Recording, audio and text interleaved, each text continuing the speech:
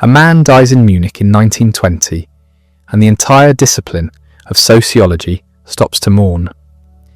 Newspapers across Europe print obituaries calling him irreplaceable. His students weep openly at the funeral. Who commands this kind of reverence? Not a general, not a king. A professor who spent most of his life buried in archives, wrestling with questions that had no clear answers. Max Weber changed how we understand power, religion, capitalism, and the modern world itself. But here's what almost no one knows. For 7 years in the middle of his career, he couldn't work at all. A complete mental collapse left him unable to read, unable to write, barely able to function. The man who had produced some of the most rigorous scholarship in history spent years staring at walls, travelling aimlessly, trying to remember what it felt like to think. How does someone recover from that, and then write the works that define an entire field? That's the story we're tracing tonight. We begin where Weber began, in a household that was both privileged and suffocating. April 21st, 1864. Erfurt, Prussia. A boy is born into a family that expects greatness but offers little warmth.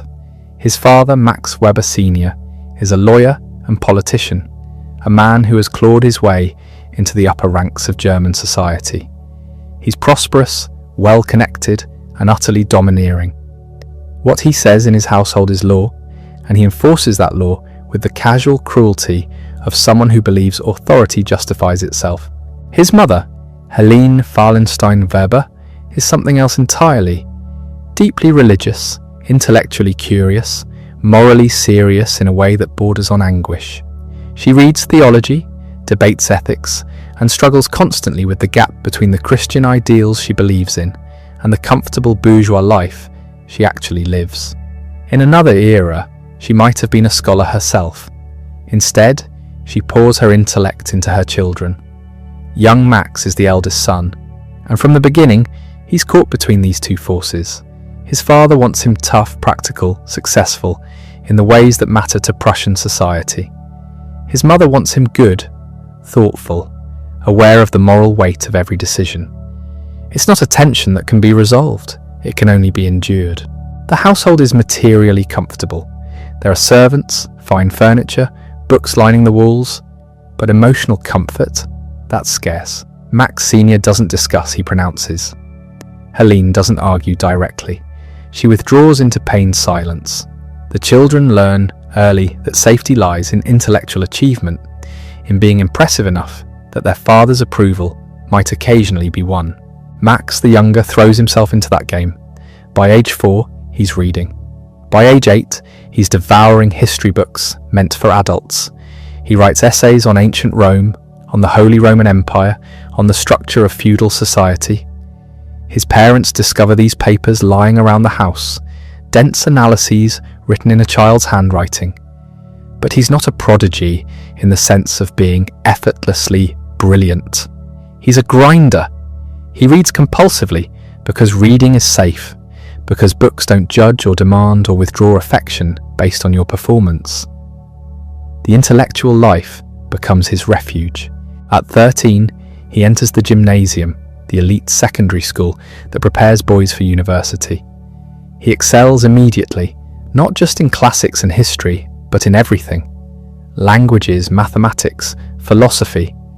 His teachers recognize that they're dealing with someone unusual, not just intelligent, but relentless.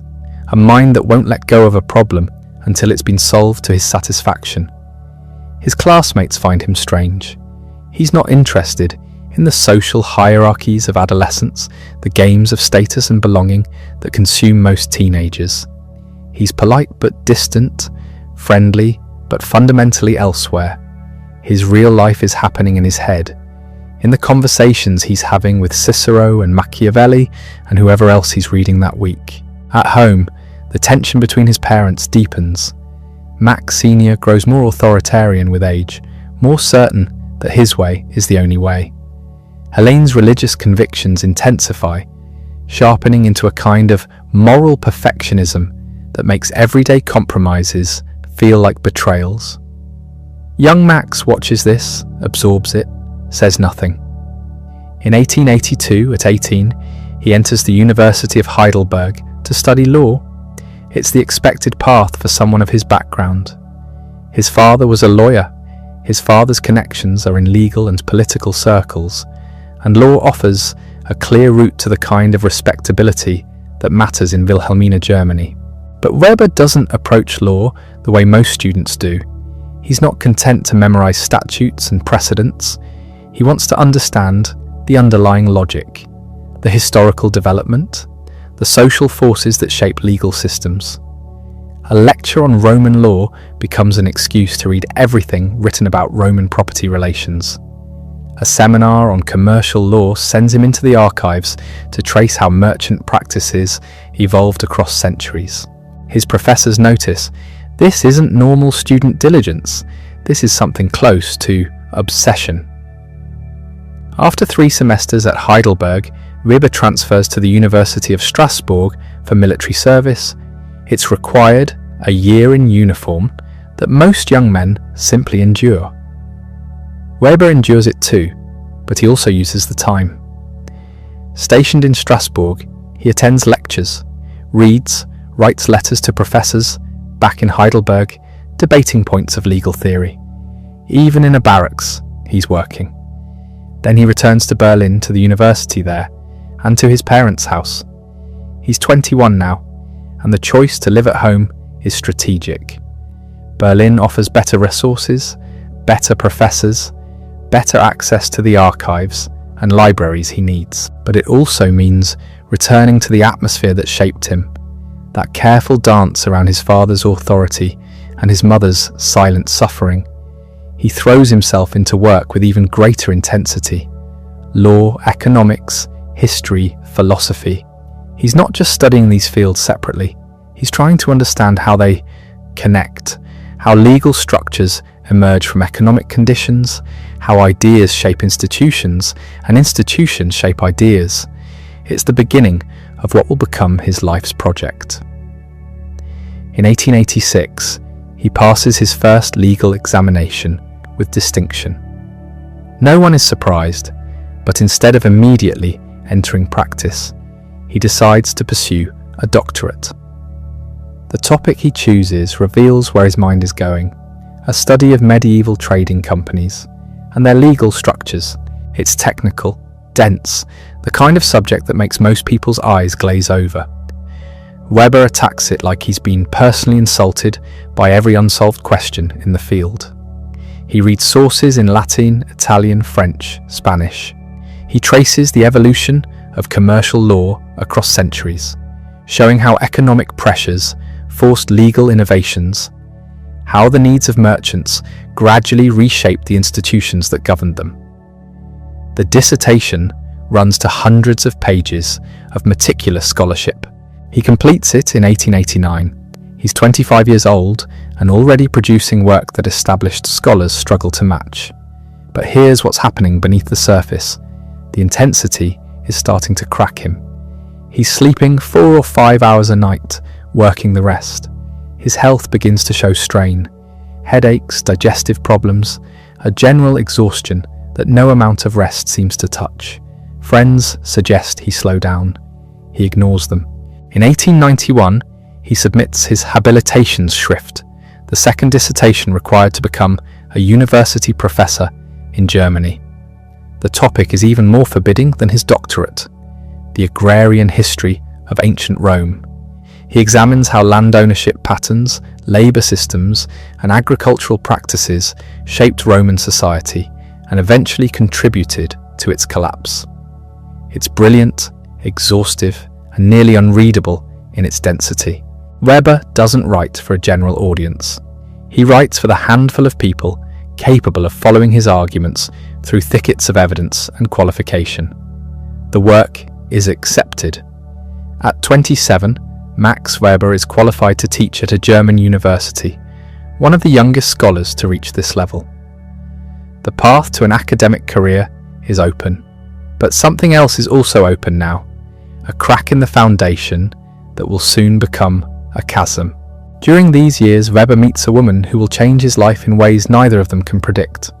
Her name is Marianne Schnittke, a distant cousin. She's intelligent, educated by the standards available to women at the time, and deeply committed to the emerging women's movement in Germany. They begin corresponding, then meeting when family gatherings allow. Weber is drawn to her mind. She's one of the few people who can actually discuss his work, who asks genuine questions rather than just nodding along.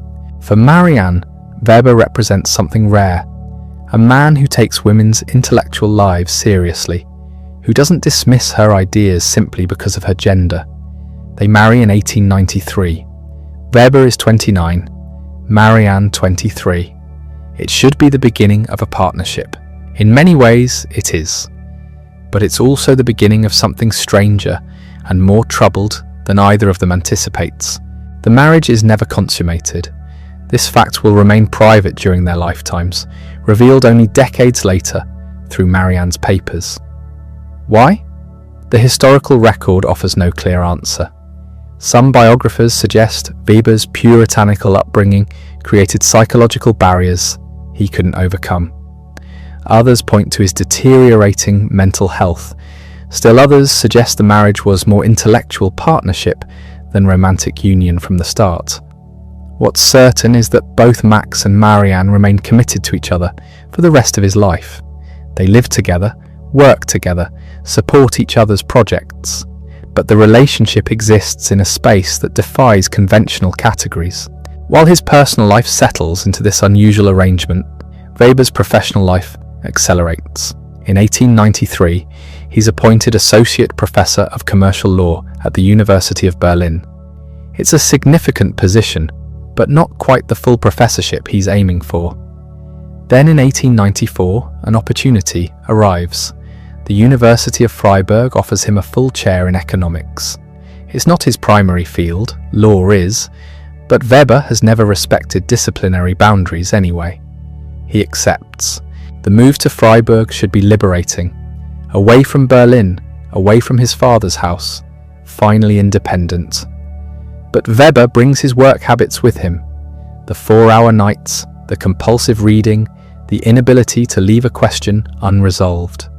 He teaches his courses, writes articles, takes on administrative duties, and somehow finds time to begin a massive study of agricultural labour in Eastern Germany.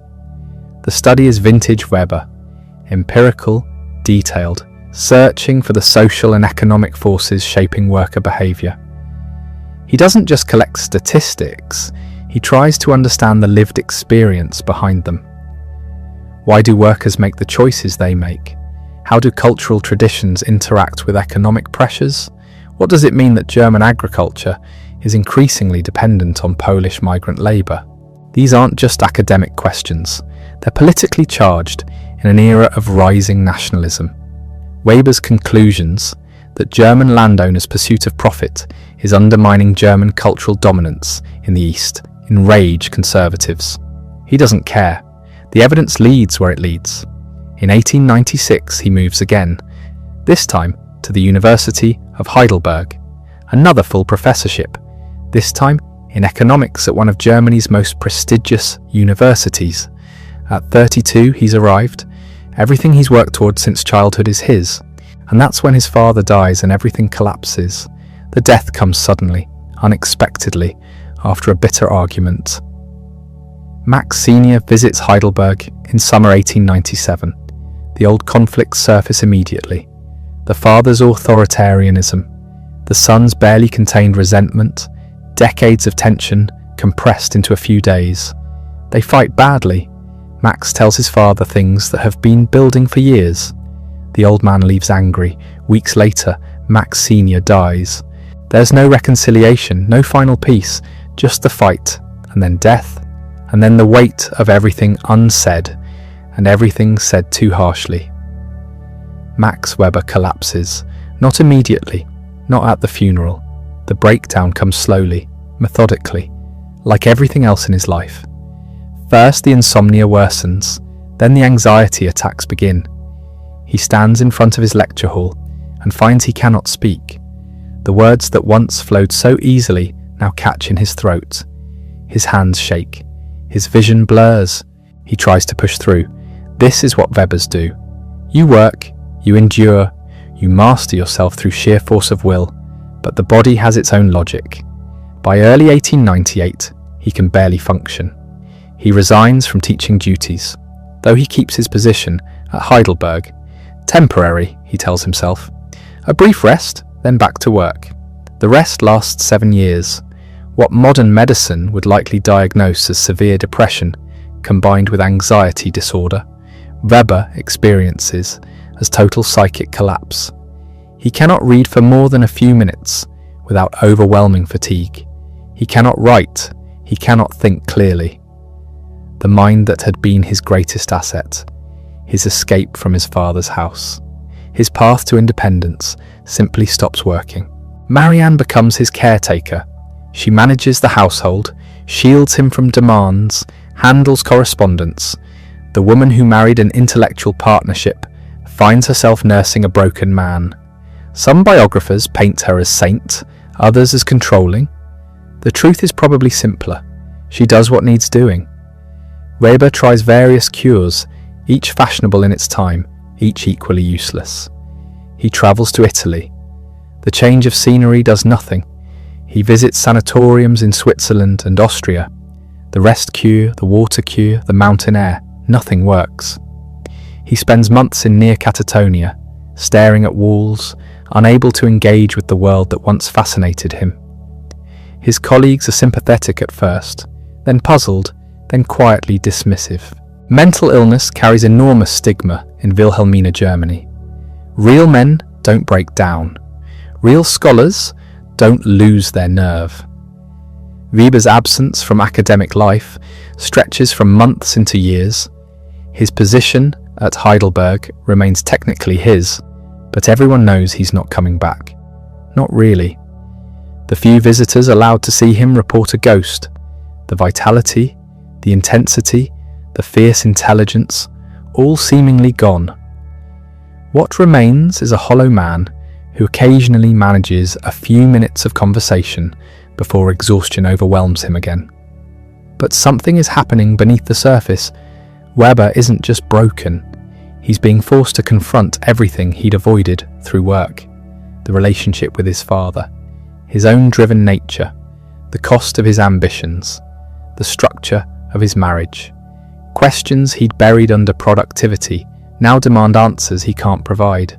Think of what this means. Here's a man who built his entire identity on intellectual mastery, the son who escaped the father through superior knowledge, the scholar who could outlast, outwork, outthink anyone.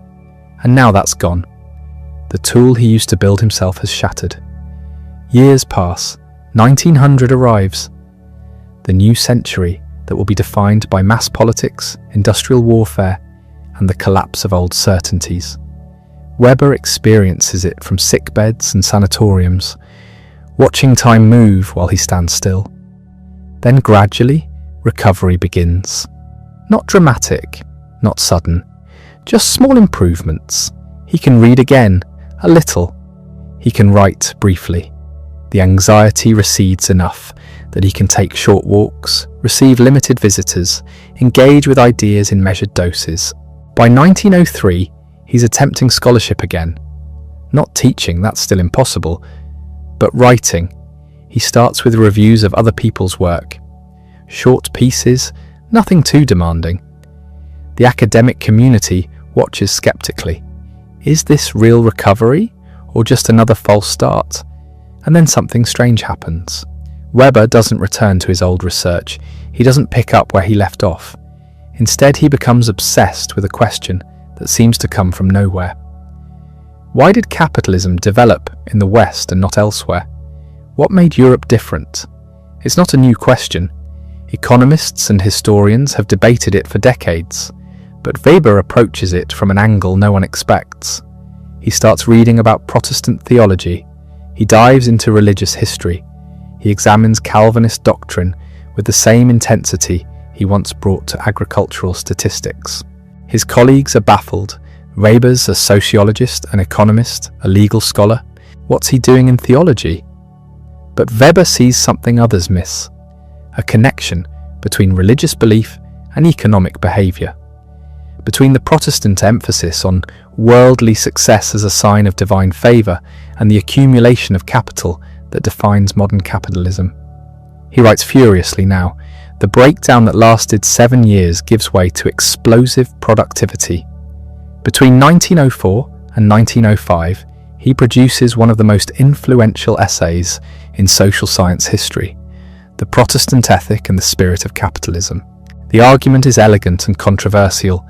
Weber traces how Calvinist theology, particularly the doctrine of predestination, created profound psychological anxiety among believers. If your eternal fate is already determined, how do you know whether you're saved or damned? The answer, according to Protestant preachers, was to look for signs of God's favour in your worldly success. Work hard, accumulate wealth. But don't enjoy it.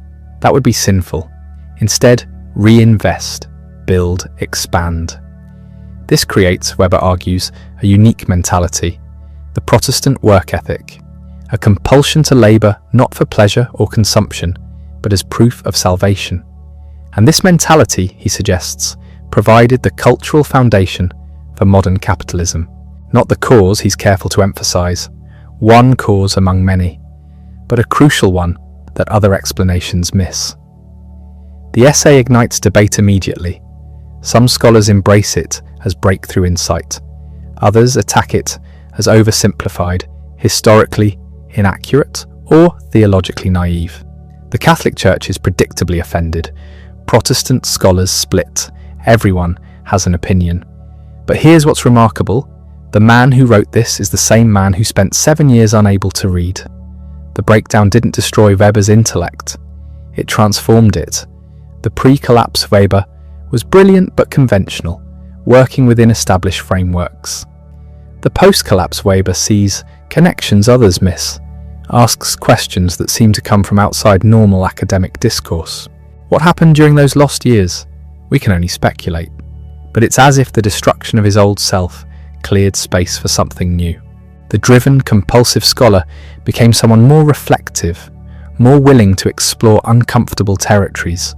The man who'd avoided his own inner life was forced to confront it, and emerged with different eyes. The Protestant ethic makes Weber famous beyond Germany. It gets translated, debated, taught in universities across Europe and America. But Weber himself remains fragile. He still can't teach. The anxiety returns unpredictably. He has good weeks and bad months. The recovery is real but incomplete. In 1904, he attends an academic conference in St. Louis. It's his first trip to America, and it overwhelms him. The scale of American cities, the raw energy of American capitalism, the democracy that seems both inspiring and terrifying. He travels across the country, observing, taking notes, trying to understand this society that embodies everything his Protestant ethic describes. He meets American academics, attends lectures, visits factories and churches. What strikes him most is the absence of European class rigidity. In Germany, your birth determines your fate. In America, at least in theory, anyone can rise. It's not actually true. Weber's too observant to miss the racism, the exploitation, the new forms of hierarchy. But the ideology is different. The dream of mobility matters even when the reality falls short. He returns to Germany energized but exhausted. The trip was too much. He collapses again, not as severely as before, but enough to derail momentum. The pattern will repeat throughout the rest of his life. Periods of intense productivity followed by breakdown. Recovery followed by relapse. He learns to work within these rhythms, to produce during the good periods and accept the bad ones. By 1909, Weber finally resigns his professorship at Heidelberg, 15 years after accepting it, 12 years after he stopped teaching. The official acknowledgement of what everyone already knew. His academic career, in the traditional sense, is over. He'll never teach regularly again. But he's not finished, far from it. He continues writing, researching, thinking. Without teaching obligations, he's free to pursue whatever interests him. And what interests him is everything. Religion, economics, politics, law, music, ancient civilizations, modern bureaucracy. He reads Sanskrit to study Indian philosophy. He learns enough about music theory to write about rationalization in Western musical notation. His home in Heidelberg becomes a salon. Intellectuals from across Europe visit to argue, debate, exchange ideas. The young Georg Lukács, future Marxist philosopher, Ernst Bloch, utopian thinker, Robert Michaels, political sociologist. They gather in Weber's study, drinking wine, smoking cigars, talking until dawn about ideas that will shape the 20th century. Marianne presides over these gatherings. She's become a feminist activist, writing books about women's rights and marriage law. The unconventional arrangement of their marriage allows both of them freedom to work, to think, to engage with the world on their own terms. They're partners in a way that defies easy categorization, not lovers in the conventional sense, but deeply connected intellectually and emotionally. Weber also becomes politically active again. Germany is changing rapidly in the early 1900s. The empire is militarizing.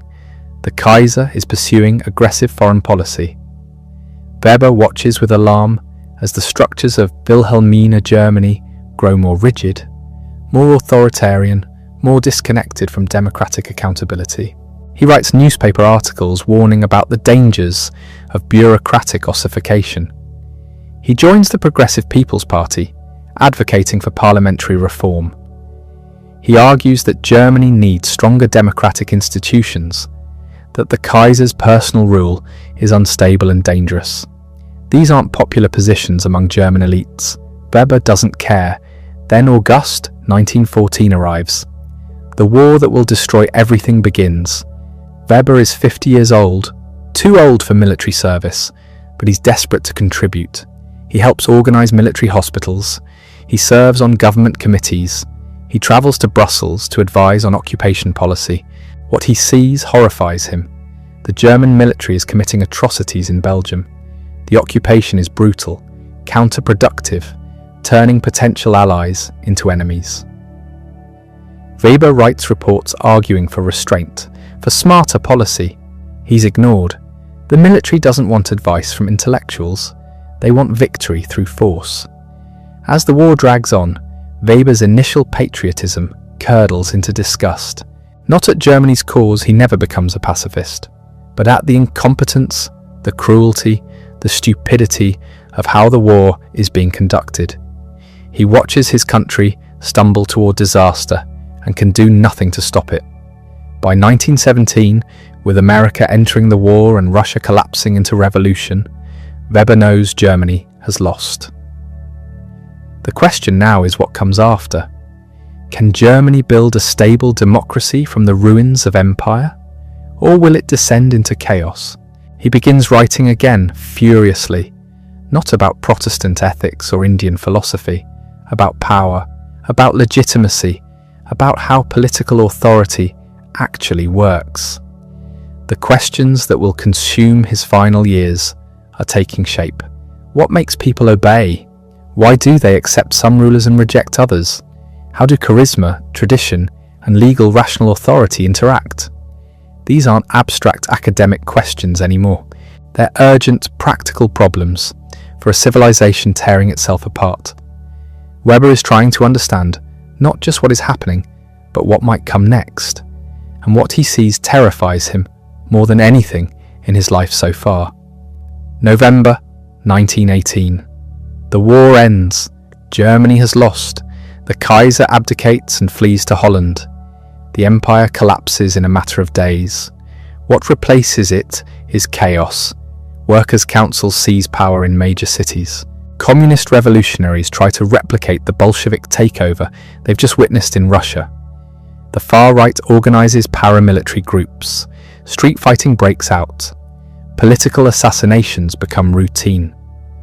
Weber watches his country come apart and decides he needs to act. He joins the German Democratic Party, a liberal group trying to chart a middle course between communist revolution and right-wing reaction. He advises the new government on constitutional questions. He travels to Versailles as part of the German delegation negotiating the peace treaty. What he encounters there crushes him. The Treaty of Versailles is punitive, designed not just to end the war, but to humiliate Germany. The territorial losses, the reparations payments, the war guilt clause forcing Germany to accept all responsibility for the conflict. Weber sees immediately that this treaty will poison European politics for decades. He argues against signing, but Germany has no choice. The alternative is military invasion. The treaty is signed. Weber returns home furious and exhausted. The new German Republic, what will become known as the Weimar Republic, is born in the worst possible circumstances. Democracy is associated in many Germans' minds with military defeat and national humiliation. The left sees the new government as a betrayal of revolutionary ideals. The right sees it as illegitimate, a government imposed by foreign enemies. Weber tries to defend the Republic in speeches and articles. He argues that democracy offers the only path forward, that Germany needs rational legal authority if it's to avoid dictatorship. But he's swimming against a powerful current. Meanwhile, he's writing. The breakdown he's living through is focusing his thinking in ways that years of academic stability never could. He's working on what will become Economy and Society, a massive, unfinished treatise on how social and political order actually function. The book is a labyrinth. Weber never completed it and never organized it into final form. Scholars still argue about how to read it, what belongs where, what he meant to emphasize. But buried in its hundreds of pages are insights that will reshape social science. His famous typology of authority, traditional authority based on custom and inherited status, charismatic authority based on the extraordinary qualities of an individual leader, legal rational authority based on impersonal rules and procedures. Every stable political order, Weber argues, combines these types, but the modern world is moving inexorably toward legal rational domination, toward bureaucracy, toward the iron cage. He also develops his theory of the state, the definition that will become canonical. The state is that human community which successfully claims the monopoly of legitimate physical force within a given territory. Not any use of force, legitimate force. The key word is legitimate. Gangs use force, warlords use force, but only the state can make most people believe that its violence is rightful, proper, deserved. This legitimacy is what separates government from organized crime. And legitimacy is always precarious. It must be constantly reproduced through symbols, rituals, stories that convince people to obey. When legitimacy fails, when people stop believing in the system's right to command them, even the most powerful state can collapse overnight. Weber has just watched it happen to the German Empire. He knows it can happen again. In Munich, where he's taken a temporary professorship, the political situation is especially volatile. A short-lived communist government, the Bavarian Soviet Republic, had briefly seized power in April 1919. It was crushed by right-wing paramilitary forces in a wave of brutal violence. The city is traumatized, polarized, dangerous. Weber lectures on socialism, trying to explain to students what's happening and why. He's not sympathetic to the communists. He thinks their economic theories are naive and their methods will lead to dictatorship. But he's equally hostile to the far right, which is gaining strength by playing on fears of communist revolution. He sees clearly what many Germans refuse to acknowledge. The real threat isn't communism, which has no mass base in Germany. The real threat is right-wing authoritarianism wrapped in nationalist rhetoric.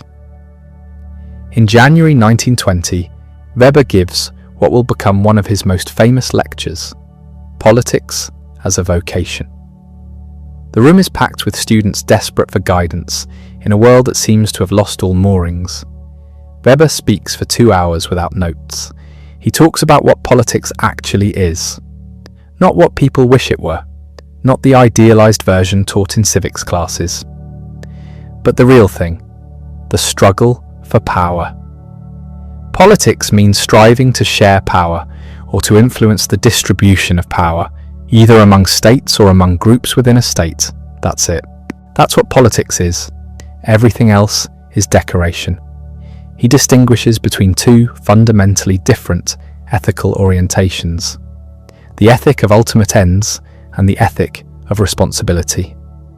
The person committed to ultimate ends asks only whether an action serves their ideals.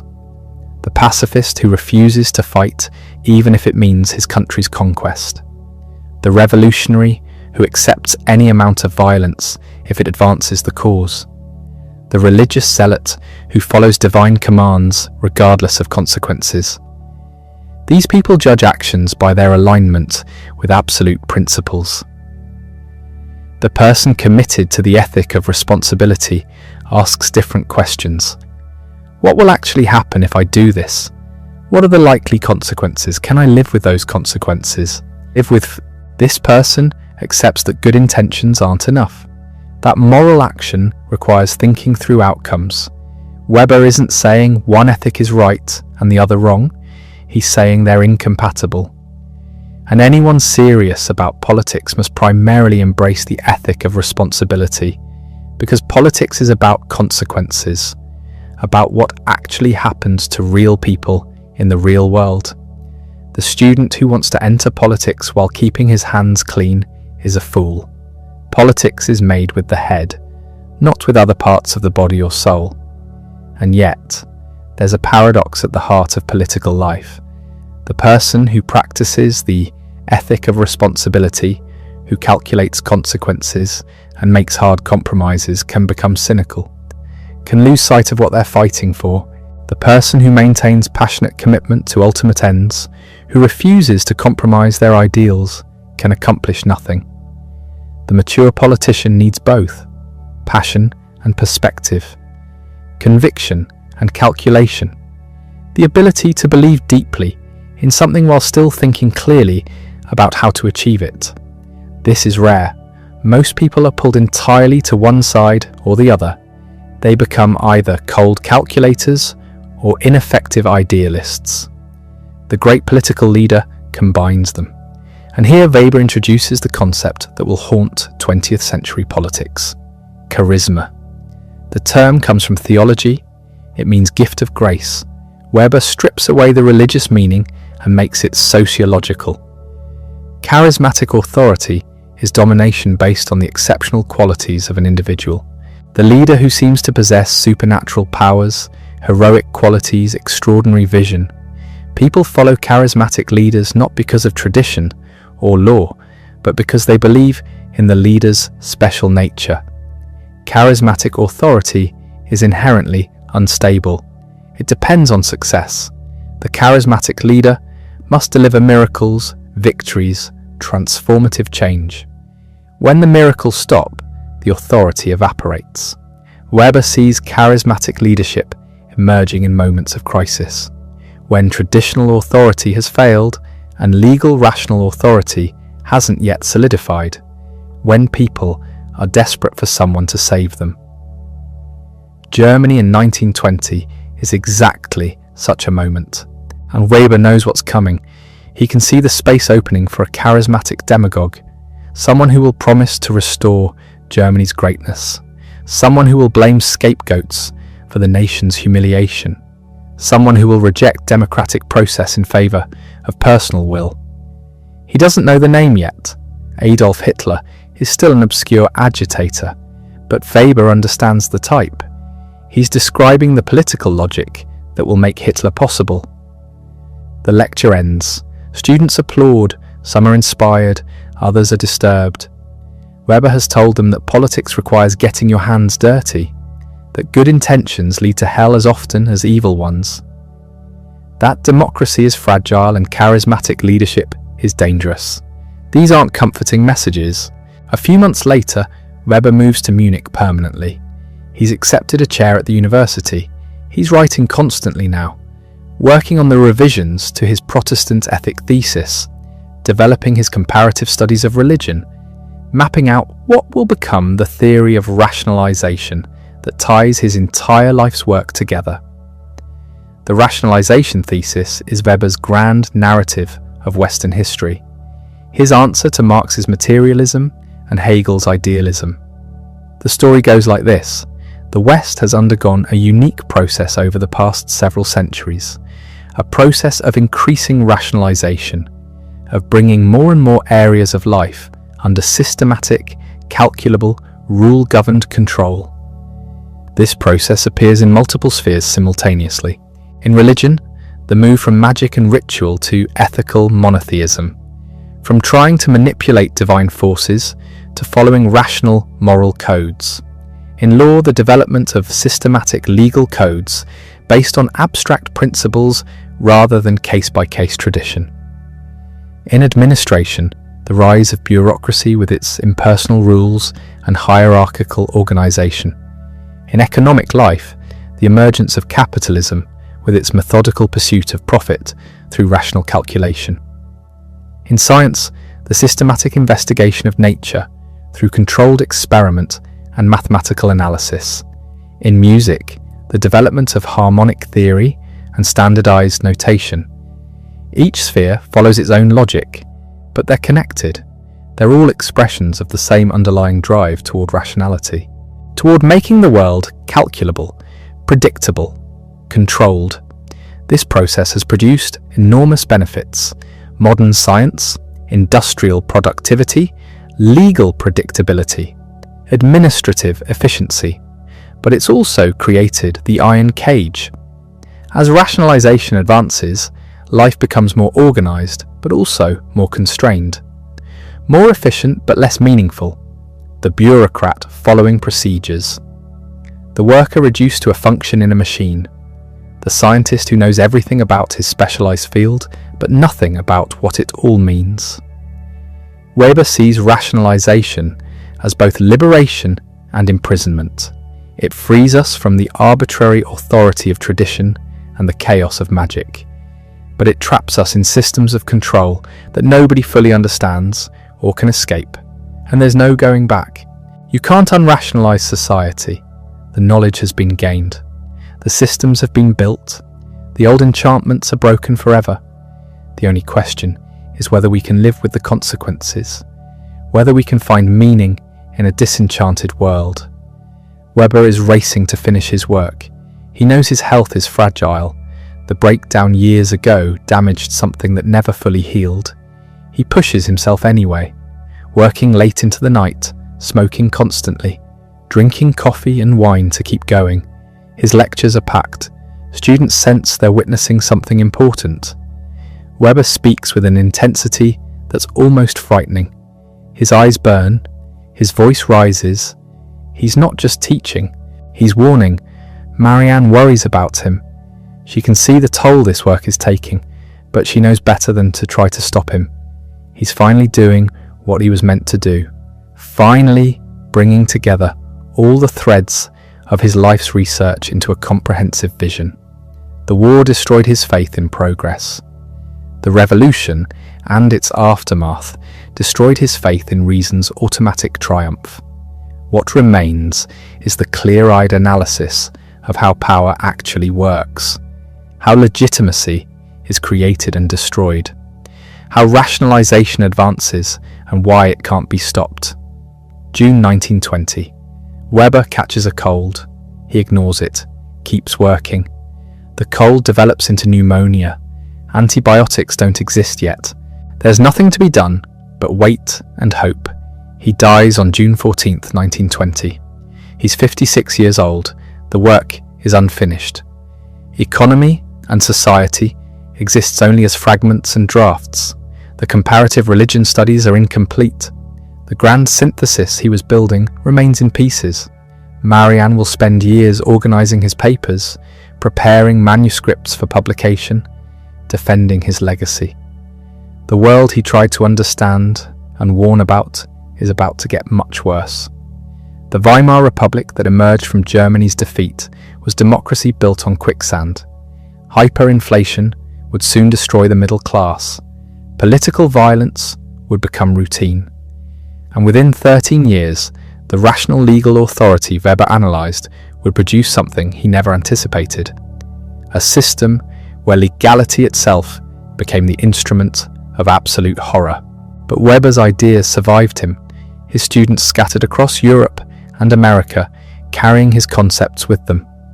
The distinction between authority types, the theory of bureaucracy, the Protestant ethic thesis, the analysis of rationalization. These became foundational concepts in the new discipline of sociology. One student in particular would take Weber's insights in an unexpected direction. Karl Mannheim studied under Weber in Heidelberg. He absorbed the method, the comparative approach, the focus on legitimacy and power. But he added something Weber had resisted: a systematic sociology of knowledge itself. Mannheim's question was simple but radical. If economic position shapes consciousness, as Marx argued, if religious belief shapes economic behaviour, as Weber showed, then what shapes the ideas of intellectuals themselves? Are there social determinants of thought that operate even on those who claim to be objective? The answer became Ideology and Utopia, published in 1929. Mannheim argued that all thinking is socially situated. There's no view from nowhere. Every perspective emerges from a particular social location and serves particular interests, often unconsciously. Conservatives think differently than revolutionaries, not just because they've reached different conclusions, but because they inhabit different social worlds. The landowner defending tradition and the factory worker demanding change aren't just disagreeing. They're seeing different realities shaped by their positions in the social structure. This was dangerous territory. If all thought is ideological, then what about Mannheim's own theory? Isn't it also shaped by his position? He tried to create an exception for intellectuals who he claimed could achieve relative objectivity by being aware of their biases. But the trap remained. The sociology of knowledge seemed to undermine its own foundations. Meanwhile, Weber's analysis of rationalization was being extended in darker directions. The Frankfurt School, a group of Marxist theorists centered in Germany, took Weber's iron cage concept and fused it with Marx's critique of capitalism. The result was the theory of instrumental reason. Max Horkheimer and Theodor Adorno argued that rationalization hadn't just created bureaucracy and calculation, it had transformed reason itself from a tool of liberation into a tool of domination.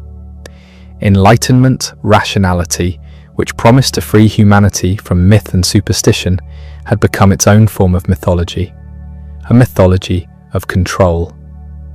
Science doesn't just study nature, it subjugates nature. Technology doesn't just solve problems, it creates new forms of power over human beings.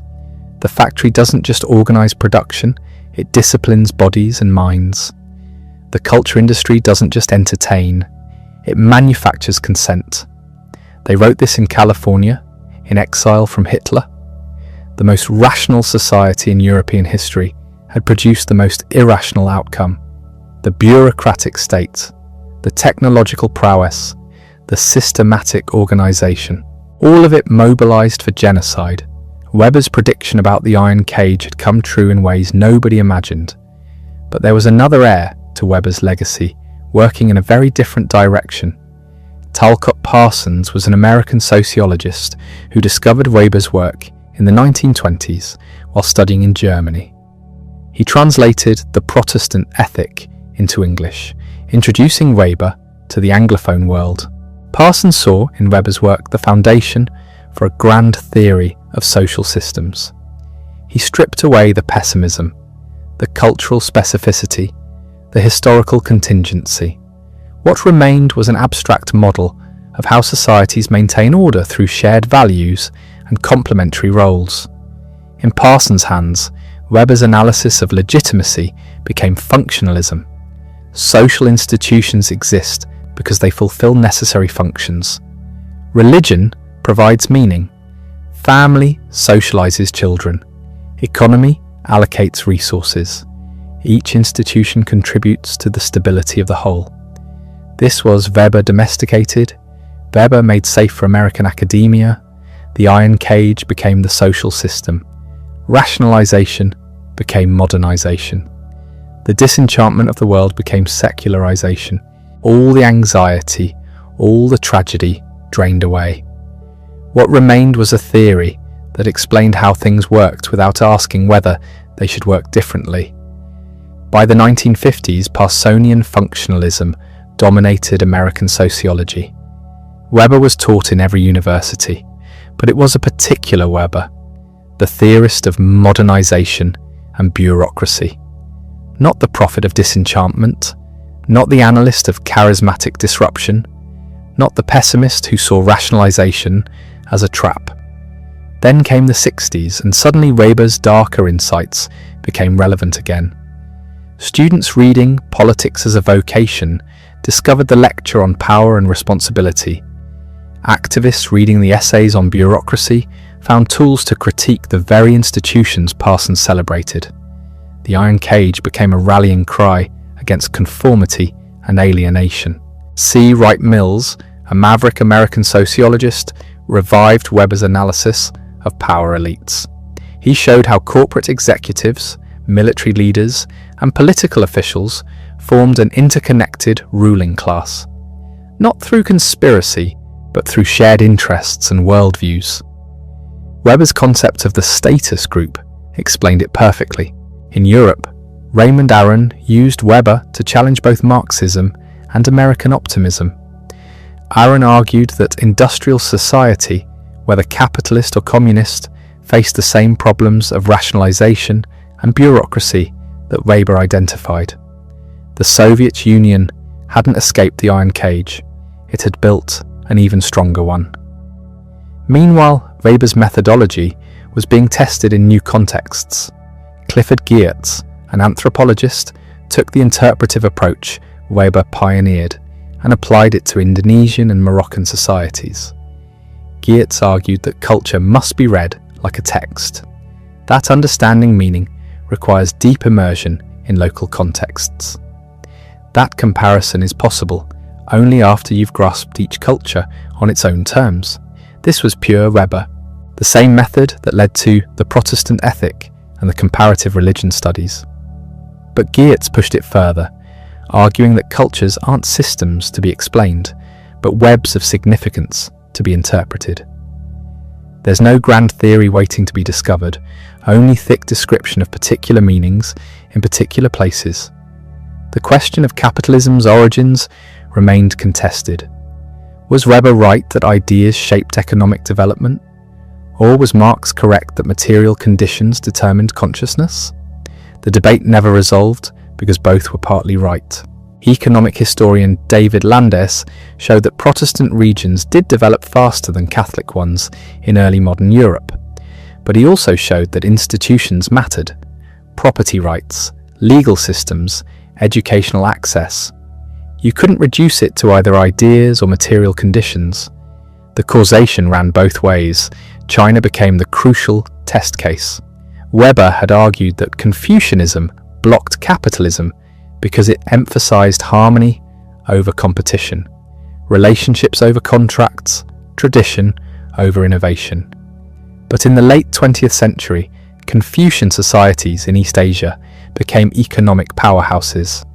Taiwan, South Korea, Singapore, and eventually China itself. Did this disprove Weber? Not exactly. It showed that the same cultural tradition could support different economic systems depending on how it was interpreted and applied. Confucian emphasis on education and discipline turned out to be highly compatible with industrial capitalism. Weber was wrong about the content but right about the method. Culture matters, but which aspects matter and how they matter depends on historical context. The rationalization thesis proved more durable. Every society that industrialized faced the same trajectory Weber described: the decline of traditional authority, the rise of bureaucratic organization, the increasing specialization and calculation, the disenchantment of the world. But rationalization took different forms in different places. Japanese bureaucracy developed its own character, blending formal hierarchy with informal networks. Soviet rationalization produced a system obsessed with planning but unable to adapt. American rationalization created corporations that were simultaneously efficient and chaotic. Weber's framework explained the pattern, but the variations showed that culture and history shaped how rationalization unfolded. There was no single path to modernity, no inevitable destination, just the general process of making the world more calculable and less magical. The concept of charismatic authority became especially important for understanding 20th century politics. Hitler was the obvious example Weber never lived to see. A leader with no traditional legitimacy, no rational legal basis, who commanded loyalty through pure personal magnetism and the promise of national redemption. But charismatic authority wasn't limited to fascism. Gandhi, Martin Luther King, Mao Castro, each built movements on personal authority that transcended both tradition and legality. Each promised a fundamental break with the existing order. Each eventually faced the problem Weber identified: how to routinize charisma before it burns out or the leader dies. Some movements succeeded in institutionalizing their revolutionary energy. The civil rights movement built organizations that outlasted King. Others failed. Mao's Cultural Revolution devoured the party he built. Castro's Cuba remained dependent on his personal authority for decades, leaving the system fragile after his death. The pattern Weber described kept repeating: charismatic breakthrough, organizational consolidation, bureaucratic routinization. The revolutionary moment becomes the new establishment. The new establishment faces its own challenges. The cycle continues. Modern corporations discovered Weber through management theory. His analysis of bureaucracy became the foundation for organizational studies. Max Weber, the pessimist who warned about the iron cage, became the patron saint of business schools, teaching efficient administration. This created a strange irony. Weber's critique of rationalization was used to make rationalization more effective. His analysis of how bureaucracy works became a manual for building better bureaucracies. The iron cage was studied so it could be strengthened. Some theorists tried to recover Weber's critical edge. Reinhard Bendix showed that bureaucracy was never as rational as Weber's ideal type suggested. Organizations were full of politics, informal networks, and irrational behaviors. The rational legal facade masked power struggles and personal ambitions. Michel Crozier studied French bureaucracies and found that they were inefficient precisely because they were too rational. Every contingency anticipated, every decision governed by rules. The result was paralysis. Nobody could adapt to unexpected situations because adaptation required breaking rules. This pointed to a fundamental tension in Weber's work. He described bureaucracy as technically superior to other forms of organization, but he also warned that it created an iron cage. Both things were true. Bureaucracy was more efficient, and that efficiency came at the cost of human freedom and meaning. By the late 20th century, Weber's concepts had become part of the basic vocabulary of social science: authority, legitimacy, rationalization, disenchantment, ideal types, value-free research, Verstehen. Every sociology student learned these terms. Most never read the original texts. The ideas were filtered through textbooks and secondary sources, simplified, sanitized, turned into exam questions. But the core insights remained powerful. That modern life involves both liberation and imprisonment. That rationalization solves problems while creating new ones. That meaning and efficiency exist in tension. That charismatic moments disrupt but cannot sustain themselves. That all authority ultimately rests on belief. The 21st century brought new challenges that Weber's framework helps illuminate. The rise of populist leaders promising to overturn establishment politics looks like charismatic authority challenging rational legal systems. The growth of algorithmic management represents rationalization pushed to its logical extreme. The crisis of institutional legitimacy across Western democracies echoes Weber's analysis of how authority works. Technology companies created what some call surveillance capitalism, using data and algorithms to predict and shape behavior. This is rationalization applied to human consciousness itself. Not just organizing production, but engineering desire. Weber warned about the iron cage of bureaucracy. He didn't imagine the algorithmic cage, but the logic is the same. Making everything calculable, optimizing everything, leaving no space for the unmeasured. Religious movements rejecting modernity and seeking re-enchantment can be understood through Weber's lens. Their attempts to escape rationalization, to restore meaning in a disenchanted world. Whether Christian fundamentalism or Islamic revivalism or New Age spirituality, their responses to the same condition Weber diagnosed. The hunger for meaning in a world that has explained away all the old sources of meaning.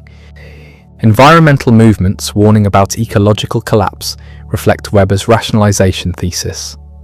The drive to dominate nature through calculation and control produces the climate crisis.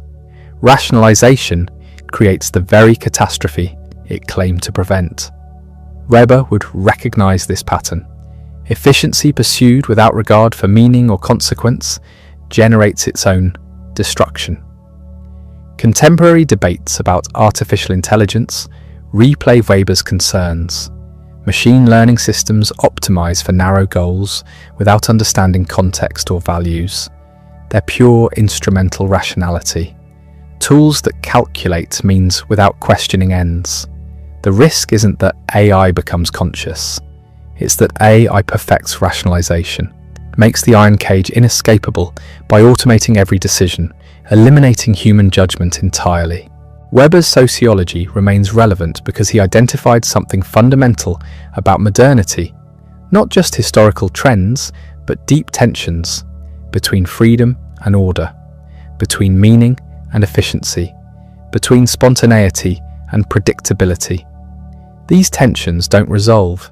They define modern existence. His personal tragedy mirrors his intellectual diagnosis. A life of rigorous scholarship and political engagement ended in mental collapse. The man who analysed rationalization couldn't escape it. The scholar who warned about disenchantment experienced it profoundly. His breakdown in 1898 wasn't just personal illness, it was rationalization turned inward. The same forces he studied consumed him. When Weber returned to work years later, he wrote with urgency, not just academic analysis, but moral warning. Modernity offers unprecedented material comfort and individual freedom, but it threatens something essential: the capacity for meaning, the space for values that transcend calculation, the possibility of living authentically rather than efficiently. This explains why his essays have such emotional power. They're not just descriptions, they're laments. The Protestant ethic ends with the iron cage image. Science as a vocation describes disenchantment with melancholy. Politics as a vocation insists on the ethical responsibility of those who wield power. Weber wrote like someone who knew what was being lost. His concept of value freedom in social science gets misunderstood. He didn't mean researchers should have no values. He meant they shouldn't let values distort their analysis of how the world works. Understand the causal mechanisms first, then make value judgments about whether those mechanisms are good or bad. Separate the is from the ought. This requires intellectual discipline. Researchers must bracket their preferences when studying social reality. Describe what exists before prescribing what should exist. But Weber also insisted that value freedom has limits. You can't study something without choosing what to study. That choice reflects values. You can't interpret historical meaning without bringing your own framework. Complete objectivity is impossible. The best you can do is be transparent about your perspective. This creates a paradox. Social science requires value freedom to be legitimate, but value freedom is never complete. We're always embedded in our own historical moment, our own concerns, our own prejudices. Weber's solution was methodological self-awareness. Know your standpoint. Acknowledge its limitations. Try to see past it even though you never fully can. His methodology influenced generations of researchers. The idea that social science involves interpretation, not just observation, that understanding requires seeing things from the actor's perspective.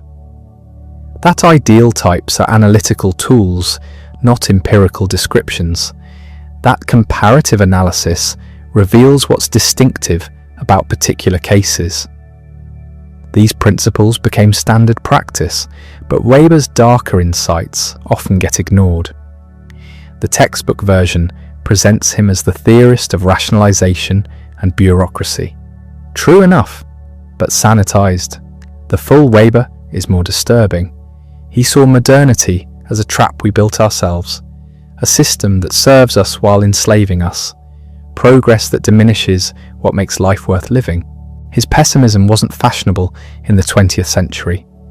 The post-war consensus assumed problems could be solved through better administration, more education, more economic growth, more rational planning. Weber's warning that rationalization itself might be the problem seemed too dark, too fatalistic, easier to focus on his analysis of bureaucracy and ignore his critique of it. The 21st century makes Weber's pessimism more comprehensible. The solutions haven't worked as promised. Economic growth produces environmental crisis. Technology creates new forms of surveillance. Democracy faces legitimacy challenges. Rationalization continues, but meaning doesn't follow. We're more efficient and less fulfilled.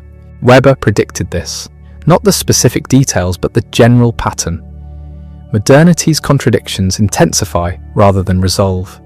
Material abundance coexists with spiritual poverty. Individual freedom coexists with systemic constraint. Knowledge increases while certainty decreases. We know more and understand less. His concept of disenchantment captures something profound about modern consciousness. The world explained loses its magic.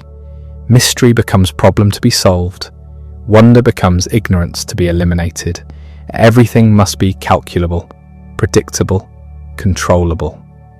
The result is a world that makes sense but doesn't mean anything. Religious believers experience this as secularization. The sacred retreats. God becomes optional. Faith becomes private preference rather than shared reality. Traditional authorities lose their power to compel belief.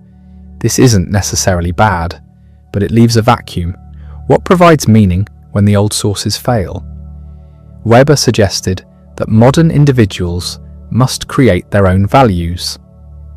No external authority can tell us how to live. We must choose for ourselves. This is both liberation and burden, freedom to define our own meaning, responsibility to do so without guidance from tradition or religion or any transcendent source. He called this the polytheism of values. Different gods compete. No way to prove which is correct. Science can't tell us whether beauty matters more than justice, whether loyalty matters more than honesty, whether individual freedom matters more than social solidarity. These are ultimate values. We must choose among them without rational justification. This creates existential anxiety. We're free but lost, autonomous but alone, responsible but without guidance. The disenchanted world offers no compass. Every direction seems equally arbitrary. We must commit to something knowing the commitment is groundless. Weber admired people who could make such commitments, who could choose their values and live by them despite the void. He called this ethical maturity, the ability to act decisively in an uncertain world, to take responsibility for your choices knowing they can't be fully justified, to maintain integrity when there's no foundation for integrity. His political writings emphasize this theme. Politics requires making decisions with incomplete information. Balancing competing values, accepting that every choice has costs. The ethics of responsibility means owning the consequences of your actions, not hiding behind principles or claiming you had no choice. He contrasted this with the ethics of conviction, acting on principle regardless of consequences, doing what's right and letting God handle the results. Weber respected this stance but considered it inadequate for politics. Political leaders must consider outcomes. They're responsible for what their decisions produce, not just their intentions. This distinction illuminates contemporary debates. Activists operating from ethics of conviction demand purity. No compromises, no pragmatic calculations, just righteous adherence to principle. Politicians operating from ethics of responsibility make deals. They accept imperfect solutions. They balance competing interests. Both approaches have value, both have limits. Weber's own political engagement reflected this tension. He wanted Germany to develop genuine democracy. He also thought most Germans weren't ready for it. He supported liberal reforms. He also defended strong executive power. He believed in individual freedom. He also thought national strength mattered. These positions seem contradictory. They reflect his understanding that politics involves tragic choices. His last years focused on comparative sociology. The massive project on the economic ethics of world religions attempted to understand why rational capitalism emerged in the West. Why not in China? Why not in India? What made European development distinctive? The Protestant ethic was just the beginning. Weber studied Confucianism, Hinduism, ancient Judaism, Buddhism, Islam. Each case revealed different paths of rationalization, different tensions between religious ethics and economic behavior, different resolutions of the problem of meaning. China had sophisticated bureaucracy and merchant culture, but Confucianism emphasized harmony with cosmic order rather than mastery of nature. India had complex philosophical traditions and extensive trade networks. But Hinduism's caste system and focus on transcendent reality limited economic dynamism. Only Protestant Christianity combined worldly asceticism with systematic methodical conduct in a way that generated rational capitalism. This wasn't about which religion was superior. It was about how different religious worldviews shaped economic behavior, how ultimate values influence material practices, how meaning and material life interact. Weber avoided crude materialism. Economics doesn't determine everything, but he also avoided crude idealism. Ideas don't float free of social conditions. His methodology involved Verstehen, understanding from within, grasping how people experience their own lives. What makes sense from their perspective? This requires imagination. You must enter another worldview, see its logic, understand why it compels belief, even if you don't share that belief. This approach influenced anthropology and interpretive sociology. The idea that cultures must be understood on their own terms, that imposing external categories distorts what you're studying, that meaning matters as much as behavior, that social science requires empathy, not just analysis. But Weber warned against relativism. Understanding different worldviews doesn't mean accepting all worldviews as equally valid. You can grasp why people believe things while still judging those beliefs. Empathy doesn't require approval. Interpretation doesn't prevent evaluation. His comparative work remained unfinished. He died before completing the massive synthesis he envisioned. The fragments were published posthumously, They show the scope of his ambition, a sociology of world civilizations, an account of how different cultures rationalized in different ways, a comprehensive theory of modernity's emergence. What survives are brilliant fragments, insights into Chinese social structure, analysis of Indian caste, studies of ancient Judaism. Each piece stands alone. Together they suggest a larger vision that was never fully realized. The unfinished quality mirrors Weber's view of modernity itself, a project without completion, a process without endpoint. His influence on later sociology was immense but complicated. Everyone read Weber. Few agreed on what he said. Parsons translated him into functionalism. Critical theorists emphasized his pessimism. Organizational theorists used his bureaucracy analysis. Interpretive sociologists followed his Verstehen methodology. Each group found something different. This reflects genuine ambiguity in Weber's work. He never resolved the tensions he identified, never offered solutions to the problems he diagnosed, never promised that modernity's contradictions could be overcome. His sociology describes dilemmas rather than solving them. Some found this unsatisfying. If rationalization is an iron cage, what's the point of studying it? If disenchantment can't be reversed, why lament it? If value conflicts can't be resolved, why analyze them? Weber's response would be that understanding matters even without solutions. Clarity about our condition is better than illusion. His concept of the ideal type became standard methodological tool, an analytical construct emphasizing certain features of reality while ignoring others, not meant to describe any actual case perfectly, meant to illuminate what makes cases similar or different, a measuring rod for comparison. The ideal type of bureaucracy doesn't describe any real organization completely. It highlights the rational legal logic that real bureaucracies approximate to varying degrees. By comparing actual cases to the ideal type, you see where they conform and where they deviate. This reveals patterns that pure empiricism misses.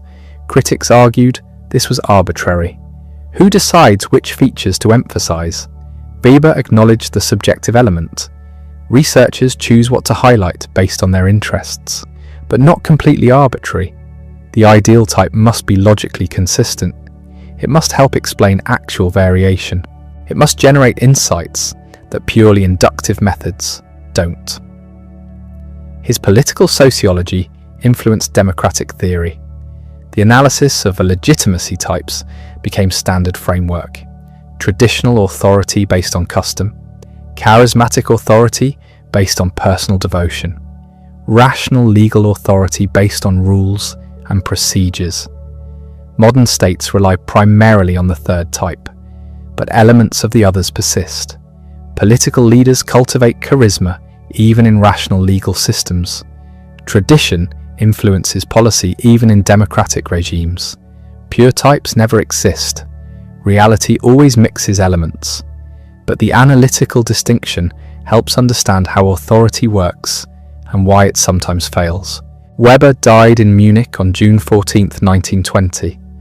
Pneumonia following Spanish flu. He was 56 years old. His wife Marianne survived him by more than 3 decades.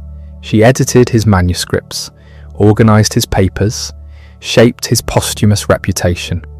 Without her work, much of Weber's thought would have been lost. The circumstances of his death reflected the chaos of post-war Germany. Revolution, counter-revolution, political violence, economic collapse. The world Weber had analyzed was disintegrating. The rationalization he'd described was breaking down, or perhaps intensifying in darker forms. His legacy is disputed. Was he a liberal or a nationalist? An individualist or a collectivist? Optimist or pessimist? The answer is he was all of these.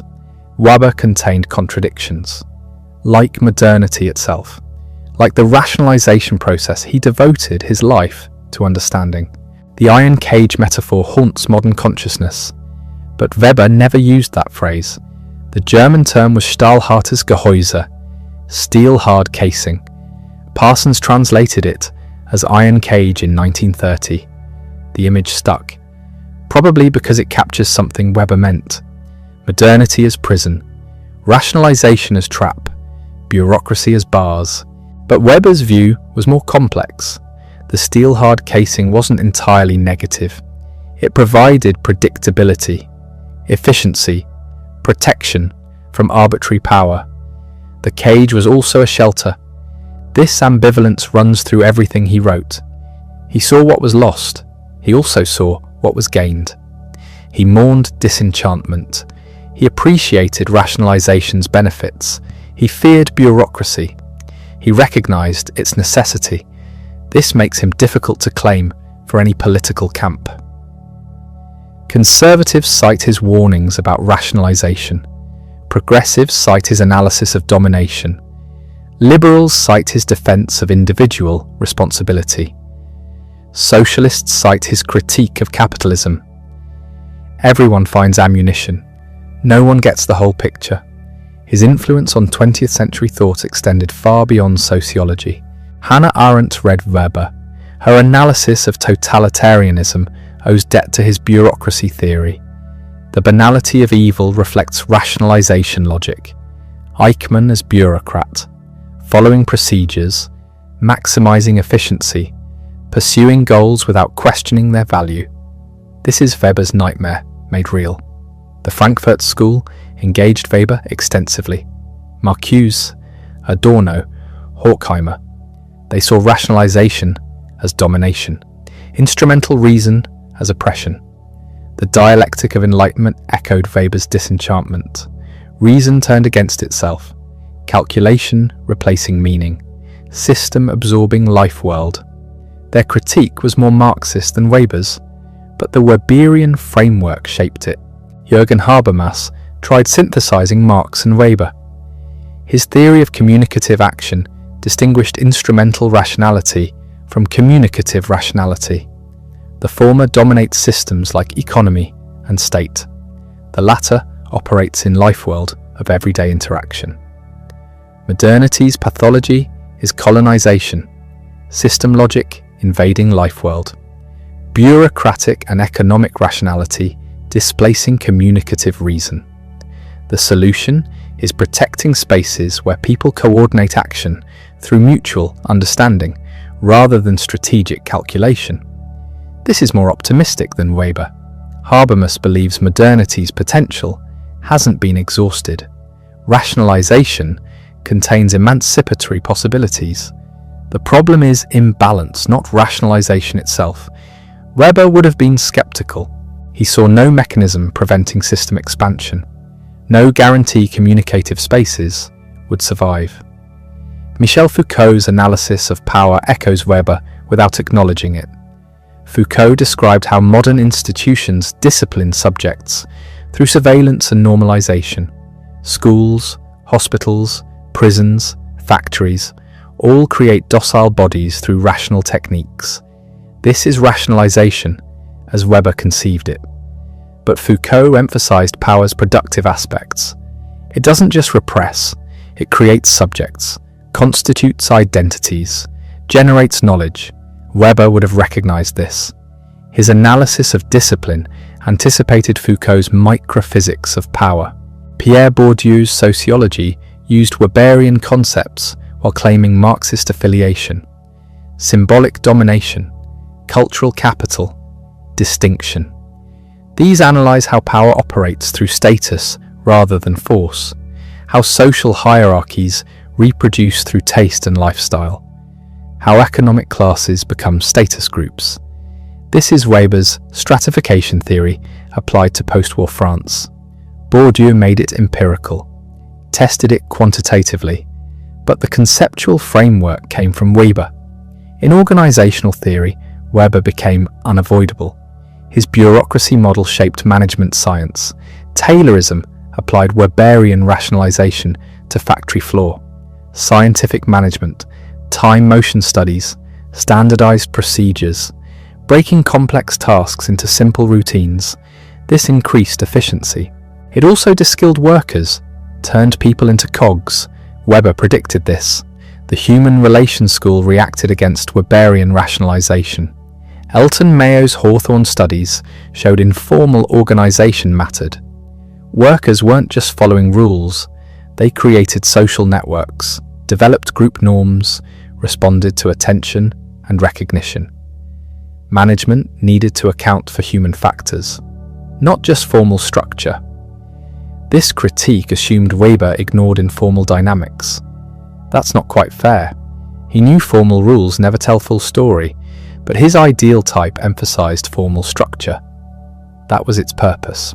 Post-war management theory oscillated between embracing and rejecting bureaucracy. Contingency theorists argued bureaucracy works for stable environments, not for changing ones. In stable contexts, routinization increases efficiency. In turbulent contexts, flexibility matters more. This refined Weber without rejecting him, showed bureaucracy's scope conditions, when rational legal authority works best. In political science, Weber's influence was equally profound. Robert Michaels extended his analysis in political parties. The iron law of oligarchy stated all organizations become oligarchic, even democratic ones. Leadership concentrates power, members become passive, bureaucracy dominates. This was Weberian logic applied to social movements. Weber influenced the conclusion, but might have questioned the determinism. He saw tendencies, not iron laws. Joseph Schumpeter's economic sociology built on Weber, capitalism as creative destruction, entrepreneurship as innovation, routinization as economic stagnation. These themes echo Weber's analysis. Schumpeter made entrepreneurship more central. Weber emphasized bureaucratization more. But both saw capitalism's dynamism and its tendency toward rationalization. In the sociology of religion, Weber's comparative studies remained foundational. Clifford Geertz's interpretive anthropology followed Weberian Verstehen, understanding meaning from inside cultures, religion as symbolic system, not just social glue or ideological mask, but framework giving life meaning. This is Weber's approach applied to 20th century ethnography. Robert Beller's civil religion thesis extended Weberian analysis to American culture. Political rituals as sacred, national symbols as religious, public ceremonies as collective worship. This shows how secular societies maintain integration through quasi-religious practices. Weber would have recognized this. He knew rationalization never completely eliminates sacred, just transforms it. The secularization debate engaged Weber's disenchantment thesis. Did modernity necessarily undermine religion? Peter Berger initially said yes, later said no. Religion adapted rather than disappearing. Rational legal authority didn't eliminate charismatic or traditional elements. They persisted in modified forms. This challenged crude secularization theory, but confirmed Weber's view that modernization is uneven. Different spheres rationalize at different rates. In the sociology of knowledge, Karl Mannheim developed Weber's insights about value relativity. Ideology and Utopia explored how social position shapes thought. Different classes generate different worldviews. Knowledge isn't neutral, it's situated. This was Weberian epistemology radicalized. Mannheim went further than Weber in relativizing truth claims.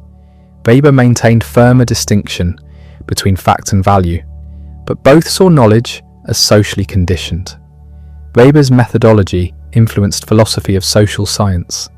Carl Hempel's covering law model tried formalizing social explanation. This was anti-Weberian. Hempel wanted laws like natural science. Weber insisted social science is different. Verstehen requires interpretation, not just causal laws. The debate between explanation and understanding, between nomothetic and ideographic approaches, between positivism and interpretivism, echoes Weber's methodological writings. Charles Taylor's interpretive social science followed Weberian tradition. Understanding human beings requires grasping meanings, not just observing behaviour. This challenges behaviourism and rational choice theory. Both treat people as black boxes, observe inputs and outputs, ignore internal meanings. Weber showed this misses what makes human action different from natural events, meaning matters. In economic sociology, Mark Granovetter revived Weberian themes. His embeddedness argument challenged neoclassical economics. Economic action isn't separate from social relations. It's embedded in networks, trust, norms, relationships. These shape market behaviour. This is Weber's point that economic action is social action, not purely instrumental calculation. Rational choice theory claimed Weberian heritage. James Coleman argued Weber's ideal types were rational actor models. Methodological individualism, explaining social phenomena through individual choices. This interpretation is contested. Weber emphasized meaning, not just calculation. Verstehen isn't cost-benefit analysis, but rational choice theorists found resources in Weber's emphasis on purposive action. The new institutionalism in organizational theory rediscovered Weber. John Mayer and Brian Rowan showed organizations adopt structures for legitimacy, not just efficiency. Formal rules signal conformity to institutional norms. This explains why organizations look similar even when environments differ.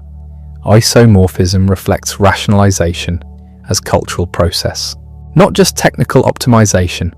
In historical sociology, Theda Skocpol and others used Weberian comparative method, analyzing few cases in depth, identifying causal patterns, avoiding both pure ideography and covering laws. This middle ground Weber advocated became standard approach, comparative historical analysis as distinct methodology.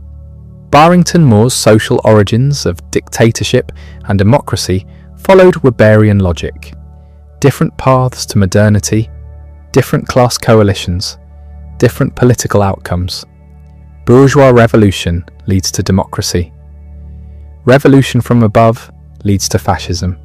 Peasant revolution leads to communism. These ideal types illuminate historical variation. This is Weber's method applied to 20th century politics. Charles Tilley's historical sociology used Weberian concepts while claiming different theoretical allegiance. State formation as rationalization, monopoly of violence, standardization of administration, penetration of society. These are Weberian themes. Tilley made them more concrete, traced actual processes, showed mechanisms, but the framework came from Weber. Feminist scholars engaged Weber critically. His analysis of domination ignored gender. Patriarchy wasn't separate domination type. It was naturalized, invisible. Weber's blindness here reflected his time, but some feminist theorists found resources in his work. The distinction between formal and substantive rationality helped analyze gendered organizations. Bureaucracy claims neutrality, actually embeds masculine norms. This is Weberian critique applied to gender. Post-colonial theory challenged Weber's Eurocentrism. His comparative sociology privileged Western rationalization, treated other civilizations as lacking, India as tradition-bound, China as stagnant, Islam as warrior ethic. This Orientalism distorted reality, ignored indigenous rationalities, assumed single path to modernity. Edward Said's critique applies to Weber, but some post-colonial scholars used Weberian concepts. Partha Chatterjee analysed colonial state using bureaucracy theory, showed how rational legal authority operated differently in colonies. In science studies, Weber influenced understanding of scientific rationality. Thomas Kuhn's paradigm concept echoed Weberian ideal types. Normal science as rationalized practice, following established procedures, puzzle solving within framework, revolutionary science as paradigm shift. This isn't pure accumulation, it's transformation of worldview. Weber would have recognized this. Scientific rationalization creates new frameworks, doesn't discover timeless truths. Bruno Latour's actor network theory challenged Weberian rationalization story. Science doesn't progressively disenchant world, it creates new enchantments. Laboratory practices produce facts through material arrangements. Rationality is achievement, not foundation. This is more radical than Weber, but it shares his attention to how rationalization actually works, not just its results. In legal theory, Weber's sociology of law remained influential. The distinction between formal and substantive rationality illuminated modern legal systems. Common law versus civil law, precedent versus code, case-by-case judgment versus systematic rules. These differences reflect rationalization's multiple paths, not single trajectory. Critical legal studies used Weber to challenge legal formalism. Law claims autonomy, actually reflects power. Rules claim neutrality, actually embed interests. This is Weberian insight radicalized. Weber saw law's formal rationality. Critical theorists emphasized its substantive biases. Both recognized gap between law's self-presentation and its operation. In cultural sociology, Weber's influence persisted through multiple generations. The focus on meaning, the analysis of value spheres, the attention to symbols and interpretations, these became standard approaches. Jeffrey Alexander's strong program in cultural sociology explicitly drew on Weber. Culture as autonomous, not epiphenomenal, shaping action through meaningful frameworks. Anne Sweidler's culture as toolkit concept refined Weberian insights. Culture provides repertoires, not determining values. People draw on available meanings strategically. This is less deterministic than crude culture explanations. Closer to Weber's emphasis on elective affinity, cultural elements and material interests align.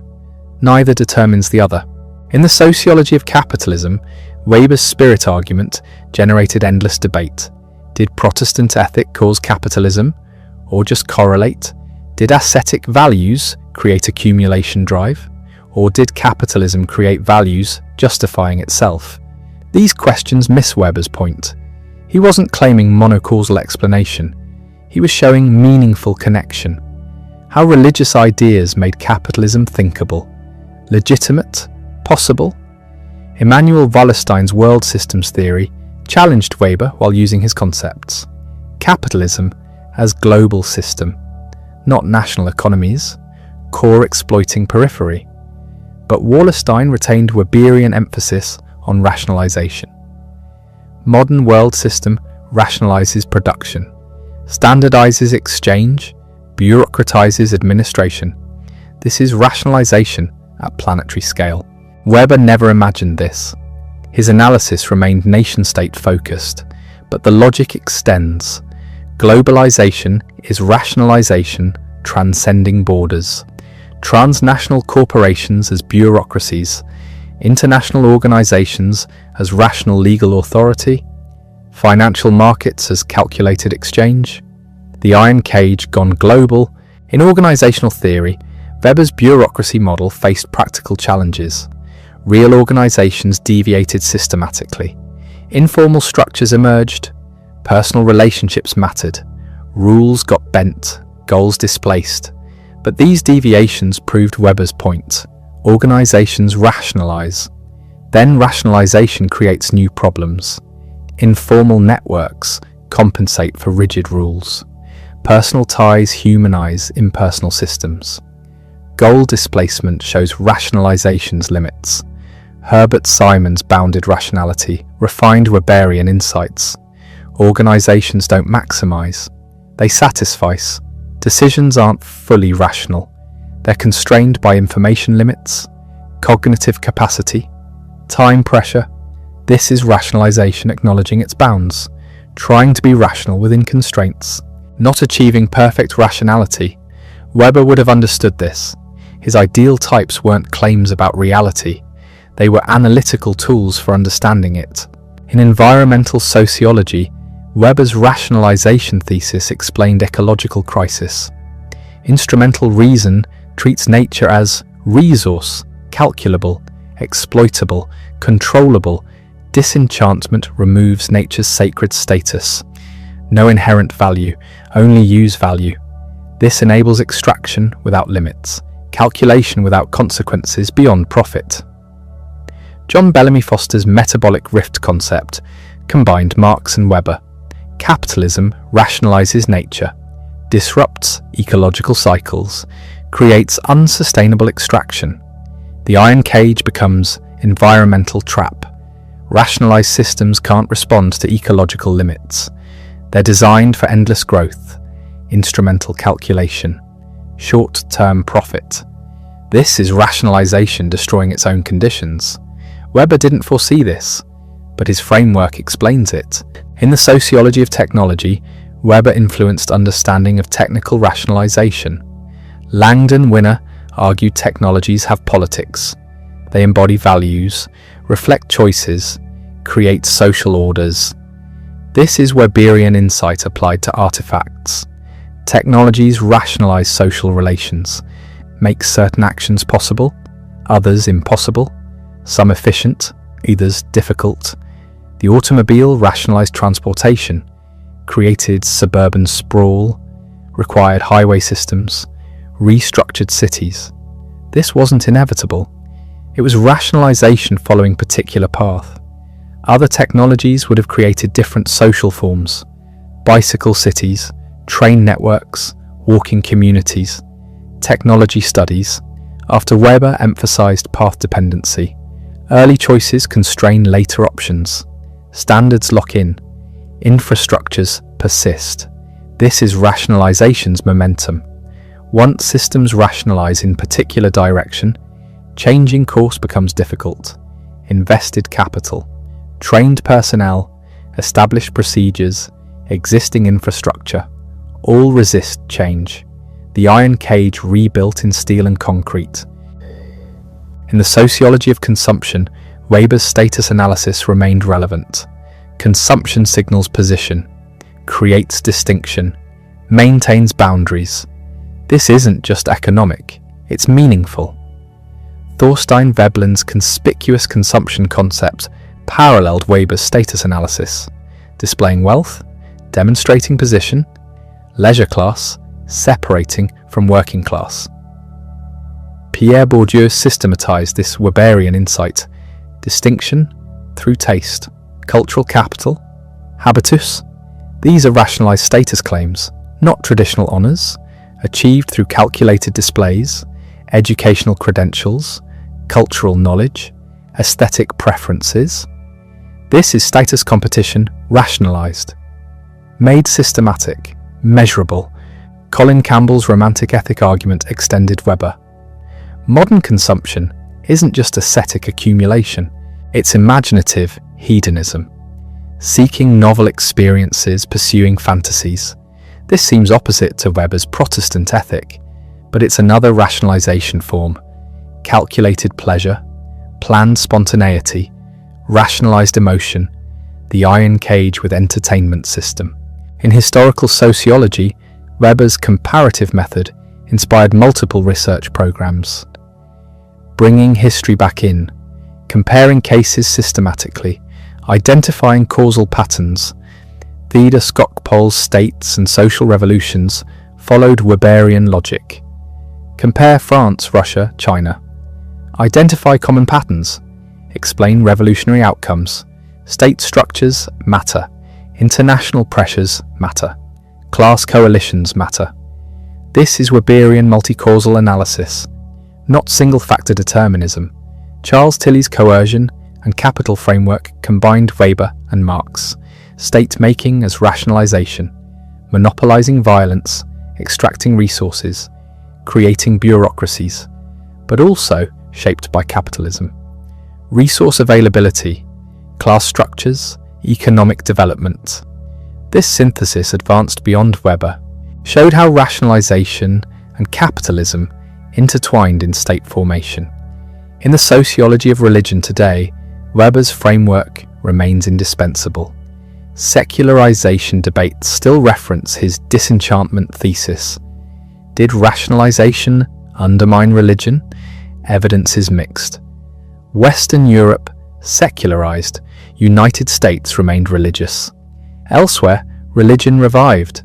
Pentecostalism exploded globally. Islamic movements gained strength. Buddhism adapted to modernity. These patterns complicate simple secularization story. Jose Casanova distinguished secularization dimensions: institutional differentiation, religious belief decline, religion's privatization. These vary independently. Societies can rationalize institutions while maintaining religious belief. Separate church and state while remaining devout. This is more nuanced than Weber's original thesis, but it uses his concepts: rationalization, differentiation, value spheres. The framework proves flexible. Religious economies theory applied Weberian concepts unexpectedly, treating religion as rational choice. Individuals calculate costs and benefits, choose religious commitments strategically. This seems opposite to Weber's meaning emphasis, but it's rationalization applied to religion itself, making religious behavior calculable, predictable, subject to economic analysis. The irony is perfect. Rationalization reaches religion, makes even faith rational. Critics rightly challenge this. Religion isn't just calculation, it's meaning, community, transcendence. But the debate itself is Weberian, arguing about rationalization's limits, where calculation applies, where meaning matters. These are Weber's questions. In political sociology, Weber's authority type structured analysis of legitimacy. Why do people obey? Not just force, not only interest, also belief in legitimacy. This insight remains fundamental.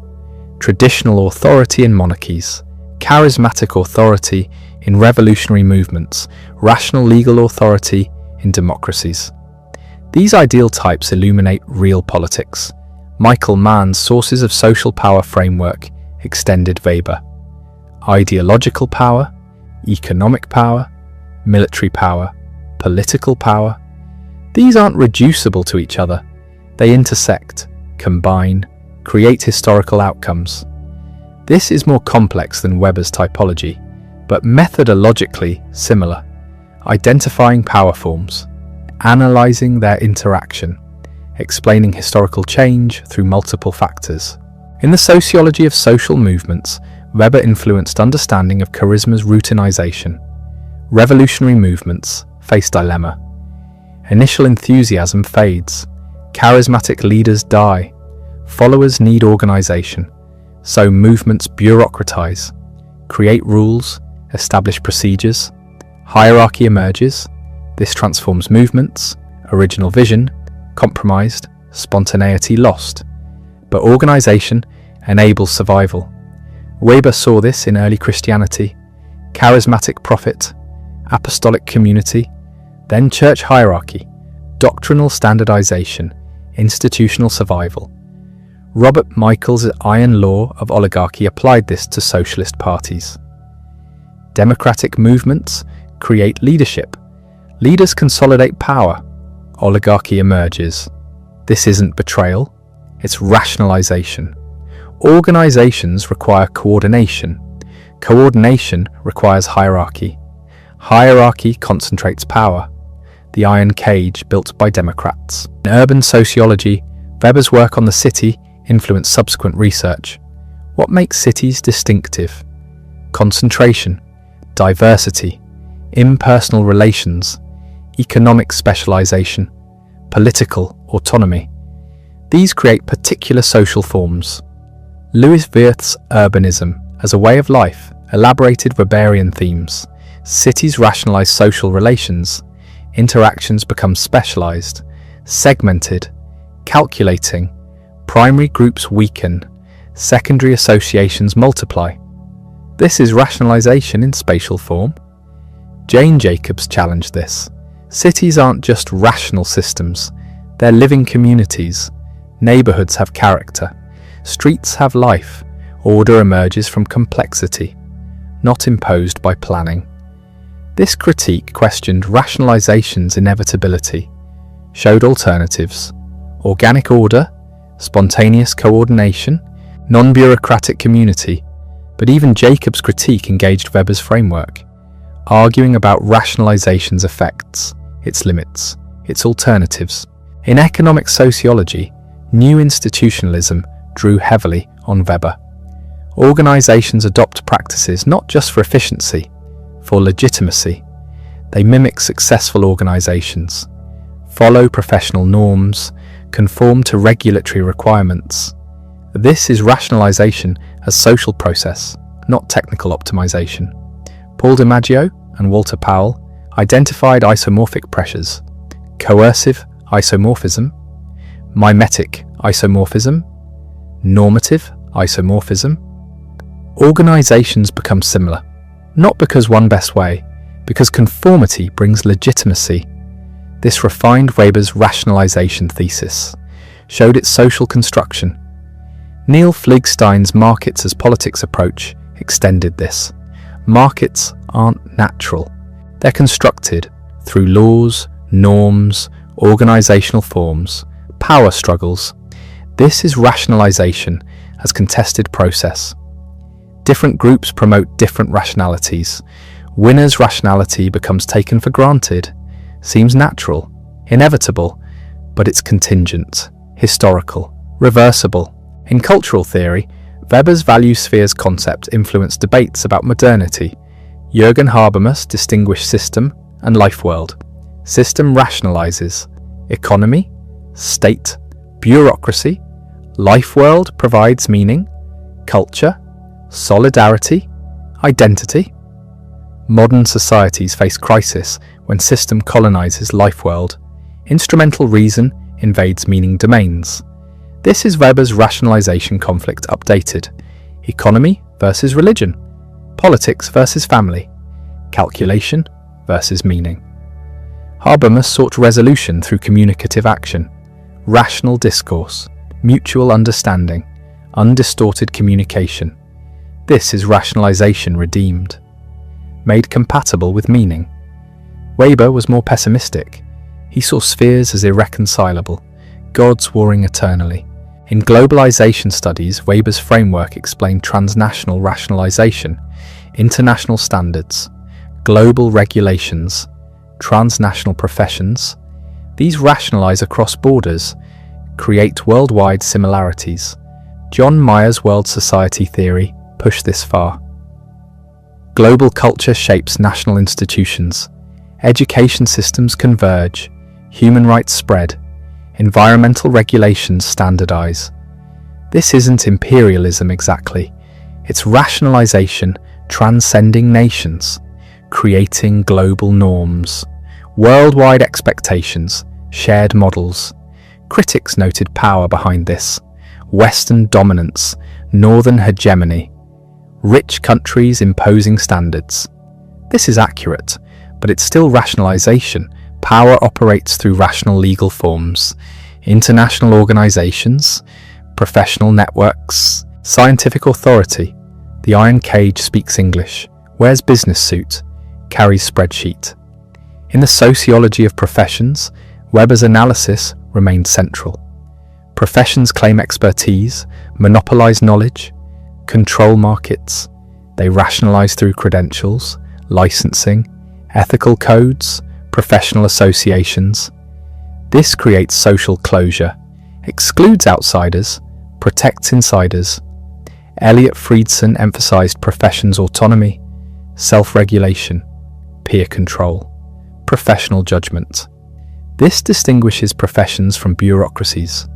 Professionals resist routinization, claim discretion, invoke expertise, but they still rationalize, create standards, formalize training, systematize knowledge. Andrew Abbott showed professional competition, jurisdictional struggles. Different professions claim same problems: medicine versus psychology, Lawyers versus accountants, engineers versus architects. Winners rationalize their jurisdiction, make it seem natural, necessary, permanent. This is ongoing rationalization, never complete, always contested. In science and technology studies, Weber influenced understanding of scientific rationalization. Laboratory studies showed how facts get made. Bruno Latour and Steve Woolgar demonstrated scientific practices' social construction. But this isn't relativism, it's understanding rationalization's mechanisms. Scientists don't discover facts, they produce them. Through instruments, procedures, peer review, publication. This is rationalization making knowledge, standardizing methods, creating reproducibility, establishing authority. Ian Hacking distinguished representing and intervening. Scientists don't just theorize, they manipulate, experiment, create effects. This is rationalization as practice, not just thought. Making nature calculable through intervention. Weber anticipated this. Science as vocation, specialized, technicalized, producing knowledge through method. Weber's pessimism about rationalization's future proved prescient. The iron cage tightened. Bureaucracies expanded. Markets penetrated new domains. Calculation displaced meaning. Yet his pessimism wasn't total. He saw tension, conflict, resistance, value spheres still clash. Religious revival challenges secularization. Charismatic movements disrupt routines. Meaning-seeking resists pure instrumentalism. The warring gods haven't surrendered. They've adapted, found new forms, created hybrid rationalities. This is Weber's lasting insight. Rationalization isn't smooth, inevitable, unopposed. It's contested, produces contradictions, generates resistance. Each rationalization creates new tensions. Bureaucracy breeds informal networks. Markets produce solidarity movements. Calculation sparks meaning-seeking. The process continues. No final synthesis, no ultimate resolution. Just ongoing struggle between incompatible values in increasingly rationalized forms. Weber died believing his questions unanswerable. What should we do? Which God should we serve? He offered no resolution, only clarity about the choice. This refusal to prescribe remains his greatest contribution. He analyzed rationalization without endorsing it, described disenchantment without celebrating it, explained bureaucracy without recommending it. He gave us tools for understanding our world, not blueprints for changing it. The choice remains ours. Between competing values, incompatible goods, warring gods, Weber's framework helps us see the stakes, understand the costs, recognize what we sacrifice with each choice.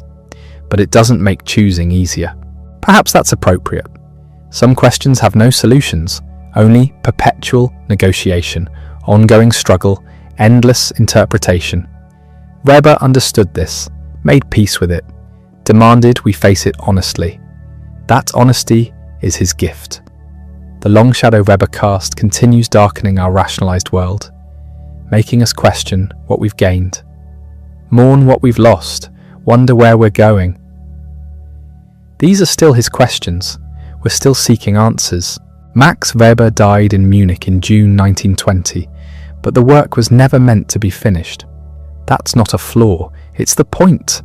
He spent his life analyzing tensions that don't resolve, questions that have no final answers, systems that generate their own contradictions.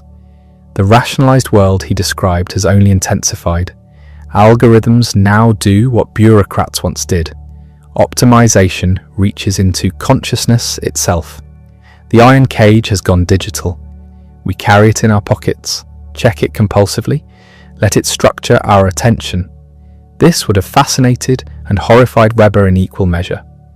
His framework still works because the problems persist. We're still caught between efficiency and meaning, still navigating value conflicts that can't be reconciled, still building cages we can't escape while pretending they're liberating. The disenchanted world offers more knowledge and less wisdom. More calculation and less understanding. More data and less meaning. Weber never promised solutions. He promised clarity. Clarity about what modernity costs, what rationalization achieves and destroys, what we sacrifice when we choose one value over another. That clarity matters more now than when he wrote. We've forgotten what was lost. We've naturalized what was constructed. We've accepted as inevitable what was contingent. His comparative method showed multiple paths. Different cultures rationalized differently, created different tensions, faced different contradictions. This matters because it means alternatives exist. Not easy alternatives, not perfect alternatives, but alternatives. The single story of Western rationalization obscures other possibilities, other ways of organizing life, other balances between calculation and meaning. The charismatic disruptions keep coming. Leaders promising to overturn systems, movements claiming to restore lost meanings. These aren't aberrations. They're responses to rationalization's costs. When systems become too rigid, too impersonal, too meaningless, charisma erupts, sometimes productively, sometimes catastrophically. Weber saw this pattern, warned about it, knew it would repeat. His emphasis on legitimacy explains our current crisis. Systems work when people believe in them. When belief fails, even the most powerful structures collapse. We're watching legitimacy erode across institutions, not because conspiracy, not because failure of function, because rationalization reached its limits, because efficiency without meaning satisfies nobody, because calculation without value leaves people empty. The value pluralism he insisted on contradicts our yearning for unity. We want one right answer, one correct path, one supreme value. Weber said no. Multiple values compete, all legitimate within their spheres, none reducible to others. This creates permanent tension, permanent choice, permanent responsibility. We must choose knowing the choice is groundless. Act knowing we can't fully justify the action. Commit knowing commitment is arbitrary. This is not comfortable. It's not meant to be. Comfort comes from certainty. Weber offered none, just tools for thinking clearly about impossible choices, frameworks for understanding what we're actually doing when we rationalize, when we bureaucratize, when we calculate, when we disenchant. His personal story mirrors his intellectual vision, breakdown and recovery, collapse and reconstruction. The driven scholar who couldn't sustain the drive, the rationalist who experienced irrationality's power, the man who analyzed meaning's loss while mourning it himself. He lived the contradictions he described. That's why the work carries such weight. It's not detached analysis, it's diagnosis from inside the condition. The Protestant ethic thesis started everything, but it's his theory of rationalization that endures, the comprehensive vision of modernity as process without endpoint, creating systems that serve us while constraining us, solving problems while generating new ones, liberating us from tradition while imprisoning us in bureaucracy. This dialectic continues. Each generation faces it anew. Weber's students scattered across disciplines, created schools, founded traditions, fought over his legacy, but nobody captured everything. Each took pieces, emphasized different aspects, found different resources. The work is too rich, too contradictory, too honest about tensions.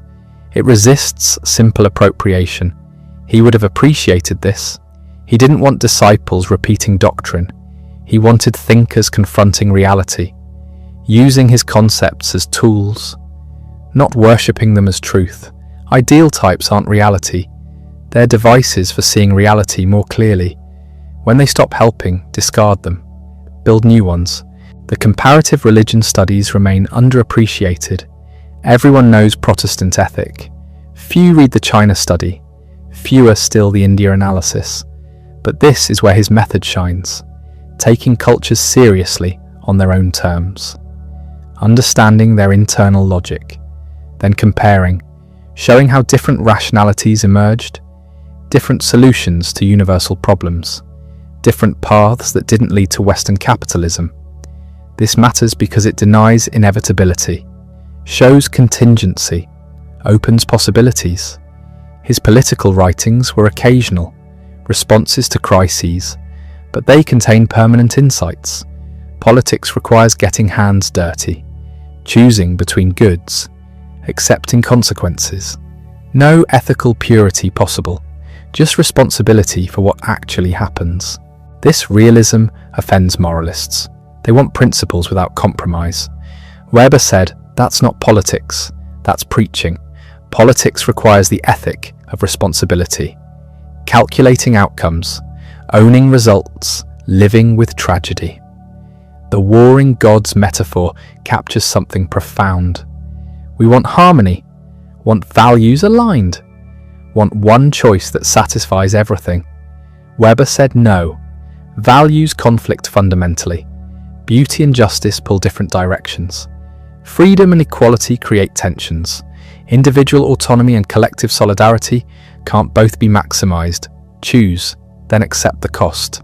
This is existentially demanding. We're free but lost, autonomous but without guidance, responsible but without foundation. Modernity's burden is choosing our values knowing they're groundless, then living by them anyway, then accepting responsibility for the choice. This is maturity. This is honesty. This is what Weber demanded of himself and his readers. The iron cage image persists because it names something real. Systems we built now constrain us. Rules meant to serve us now govern us. Procedures created for efficiency now impede adaptation. This isn't conspiracy, it's rationalization's logic.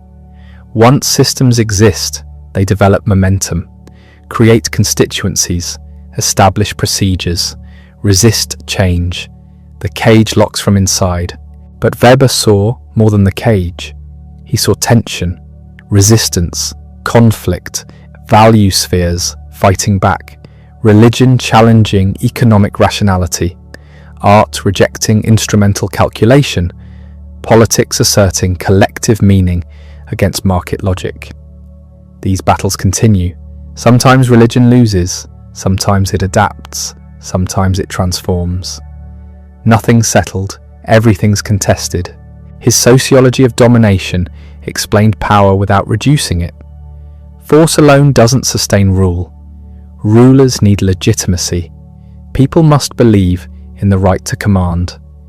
This belief comes from multiple sources: tradition, charisma, legality. Modern states rely primarily on rational legal authority, but traditional and charismatic elements persist. Leaders cultivate personal magnetism. Nations invoke historic missions. Pure rational legal authority is unstable. It needs supplementation. This explains why democracies struggle. Rational legal authority works when procedures are trusted. When trust erodes, procedures aren't enough. People want meaning, want leaders who embody values, want politics that transcends calculation. When rational legal systems fail to provide this, charismatic alternatives emerge. Sometimes democratic, sometimes authoritarian, always promising to restore what rationalization destroyed. Weber's blindness to gender and colonialism limits his analysis.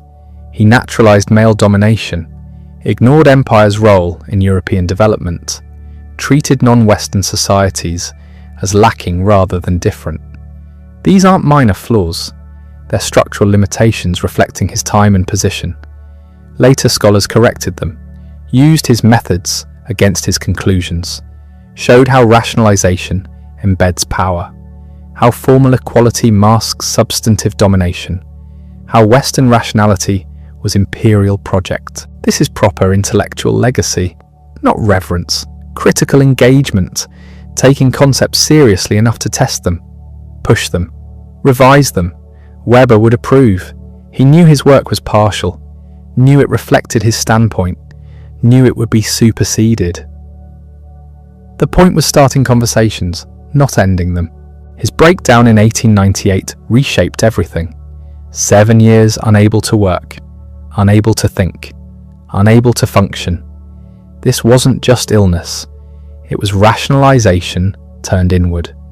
The driven productivity, the compulsive achievement, the relentless calculation, all collapsing under their own weight. The man who analysed the iron cage experienced it personally, completely, devastatingly. Recovery brought different thinking, less systematic, more fragmentary, more attuned to meaning's importance, more aware of rationalization's costs.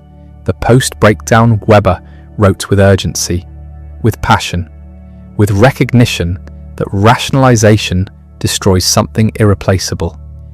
This gives the work its power.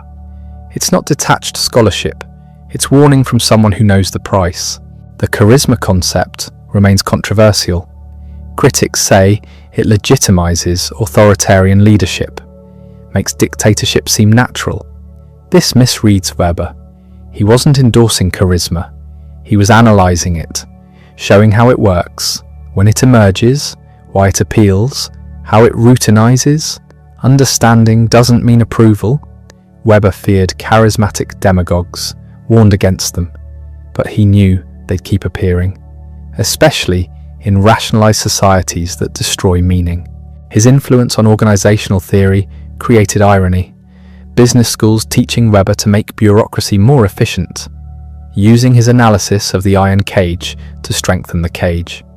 He would have found this darkly amusing, his critique weaponized, his warnings ignored, his framework deployed against his intentions. But that's how ideas work. Once released, they escape control, get used in ways never intended, serve purposes never imagined. The distinction between formal and substantive rationality illuminates contemporary politics.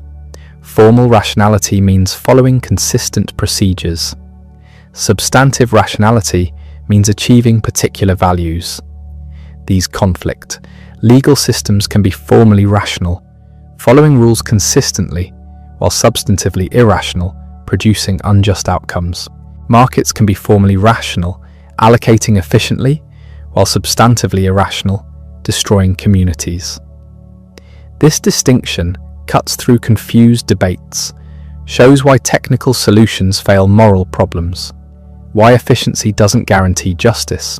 Weber's methodology influenced everyone who came after, whether they knew it or not. The emphasis on meaning, the comparative approach, the ideal type construction, the distinction between fact and value, the Verstehen requirement.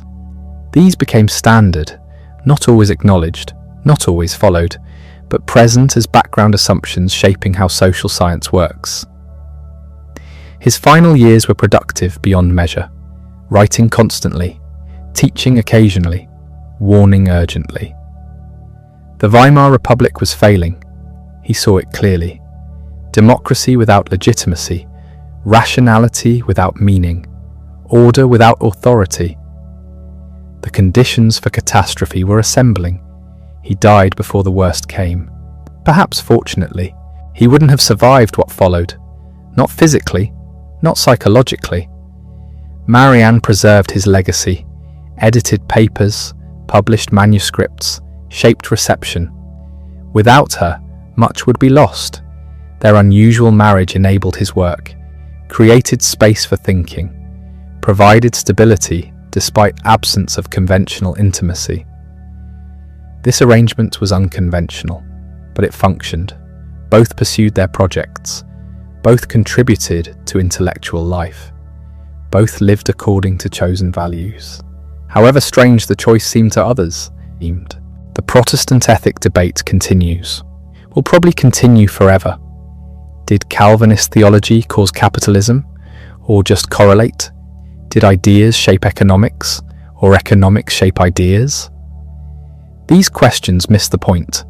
Weber showed elective affinity, how cultural and material factors aligned, how meanings and interests reinforced each other. Not simple causation, complex interaction, multiple factors producing contingent outcome. His comparative religion studies deserve more attention. They show the method fully deployed, taking cultures seriously, understanding internal logics, then comparing, showing how different paths emerged, how different solutions to meaning problems created different social structures, how different rationalizations produced different tensions. This is sophisticated historical sociology, not crude determinism, not simple typology, careful analysis of specific cases revealing general patterns. The disenchantment thesis names something everyone feels: loss of magic, loss of mystery, loss of meaning. The world explained becomes world flattened. Everything calculable becomes nothing sacred. This isn't nostalgia exactly. We can't return to enchantment. Knowledge can't be unknown. Science can't be unlearned. But we can recognize the cost, mourn what's lost. Question whether calculation exhausts reality. Weber wrote from inside modernity, not as outsider critic, not as traditional defender, but as someone who knew rationalization intimately, participated in it, contributed to it, suffered from it. This position gave him clarity. He wasn't romanticizing pre-modern life, wasn't proposing return to tradition, just analyzing what modernity costs, what it achieves, what contradictions it generates. The value freedom doctrine gets misunderstood. He didn't say values don't matter. He said keep them separate from analysis. Understand how things work before judging whether they're good. This is methodological discipline, not moral abdication. You can passionately believe in justice while dispassionately analyzing power. You can fight for values while honestly examining how values work socially. His political engagement showed this balance. Weber had strong commitments, defended democracy, opposed authoritarianism, fought for liberal reforms, but he analysed politics without illusion, saw democracy's weaknesses, recognised liberalism's contradictions, understood that good intentions produce bad outcomes. This realism made him effective, also made him uncomfortable to allies. He wouldn't pretend problems were simple, wouldn't promise easy solutions. The comparative method he pioneered remains essential. You understand societies by comparing them, not by studying one in isolation, not by applying universal theories, but by careful comparison, revealing what's distinctive, what's general, how different factors combine producing different outcomes. This requires immense knowledge, multiple languages, diverse sources, historical depth. Weber had all this. Few since have matched it. His writing style was dense, German academic prose at its most demanding. This limited accessibility, but reflected the complexity he was analysing. Simple prose can't capture rationalization's contradictions, can't hold multiple tensions simultaneously, can't think through multi-directional causation. The difficulty was necessary, not accidental, not fixable through better editing. The legacy is contested because the work is contradictory. Weber contained multitudes, liberal and nationalist, individualist and communitarian, rationalist and mystic, optimist and pessimist, all simultaneously, all without resolution. This makes him hard to claim, hard to appropriate, hard to simplify, but it makes him honest. Reality is contradictory. Thought that captures reality must be too.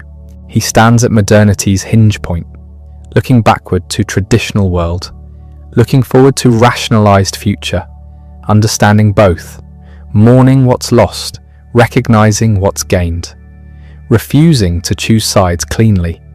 This position gave him insight, made him see what others missed, made his analysis endure when simpler views aged poorly. The iron cage tightens, but it's still contested. That's Weber's final lesson. Rationalization advances, but never completely, never without resistance, never without contradiction. The warring gods still fight, meaning still challenges calculation, charisma still disrupts routine, substantive values still contest formal procedures. The struggle continues. Weber gave us tools for understanding it, not for ending it, because it can't end. Because the contradictions are permanent. Because modernity is tension, not resolution, not synthesis, not progress toward harmony, just ongoing conflict between incompatible goods in increasingly rationalized forms. That's where we are. That's where we'll remain.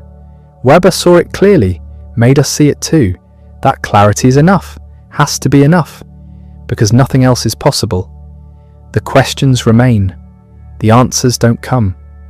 We choose anyway. Take responsibility. Live with consequences. That's Weber's demand.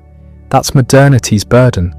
That's our inheritance from the man who analysed the cage from inside it, then refused to promise escape.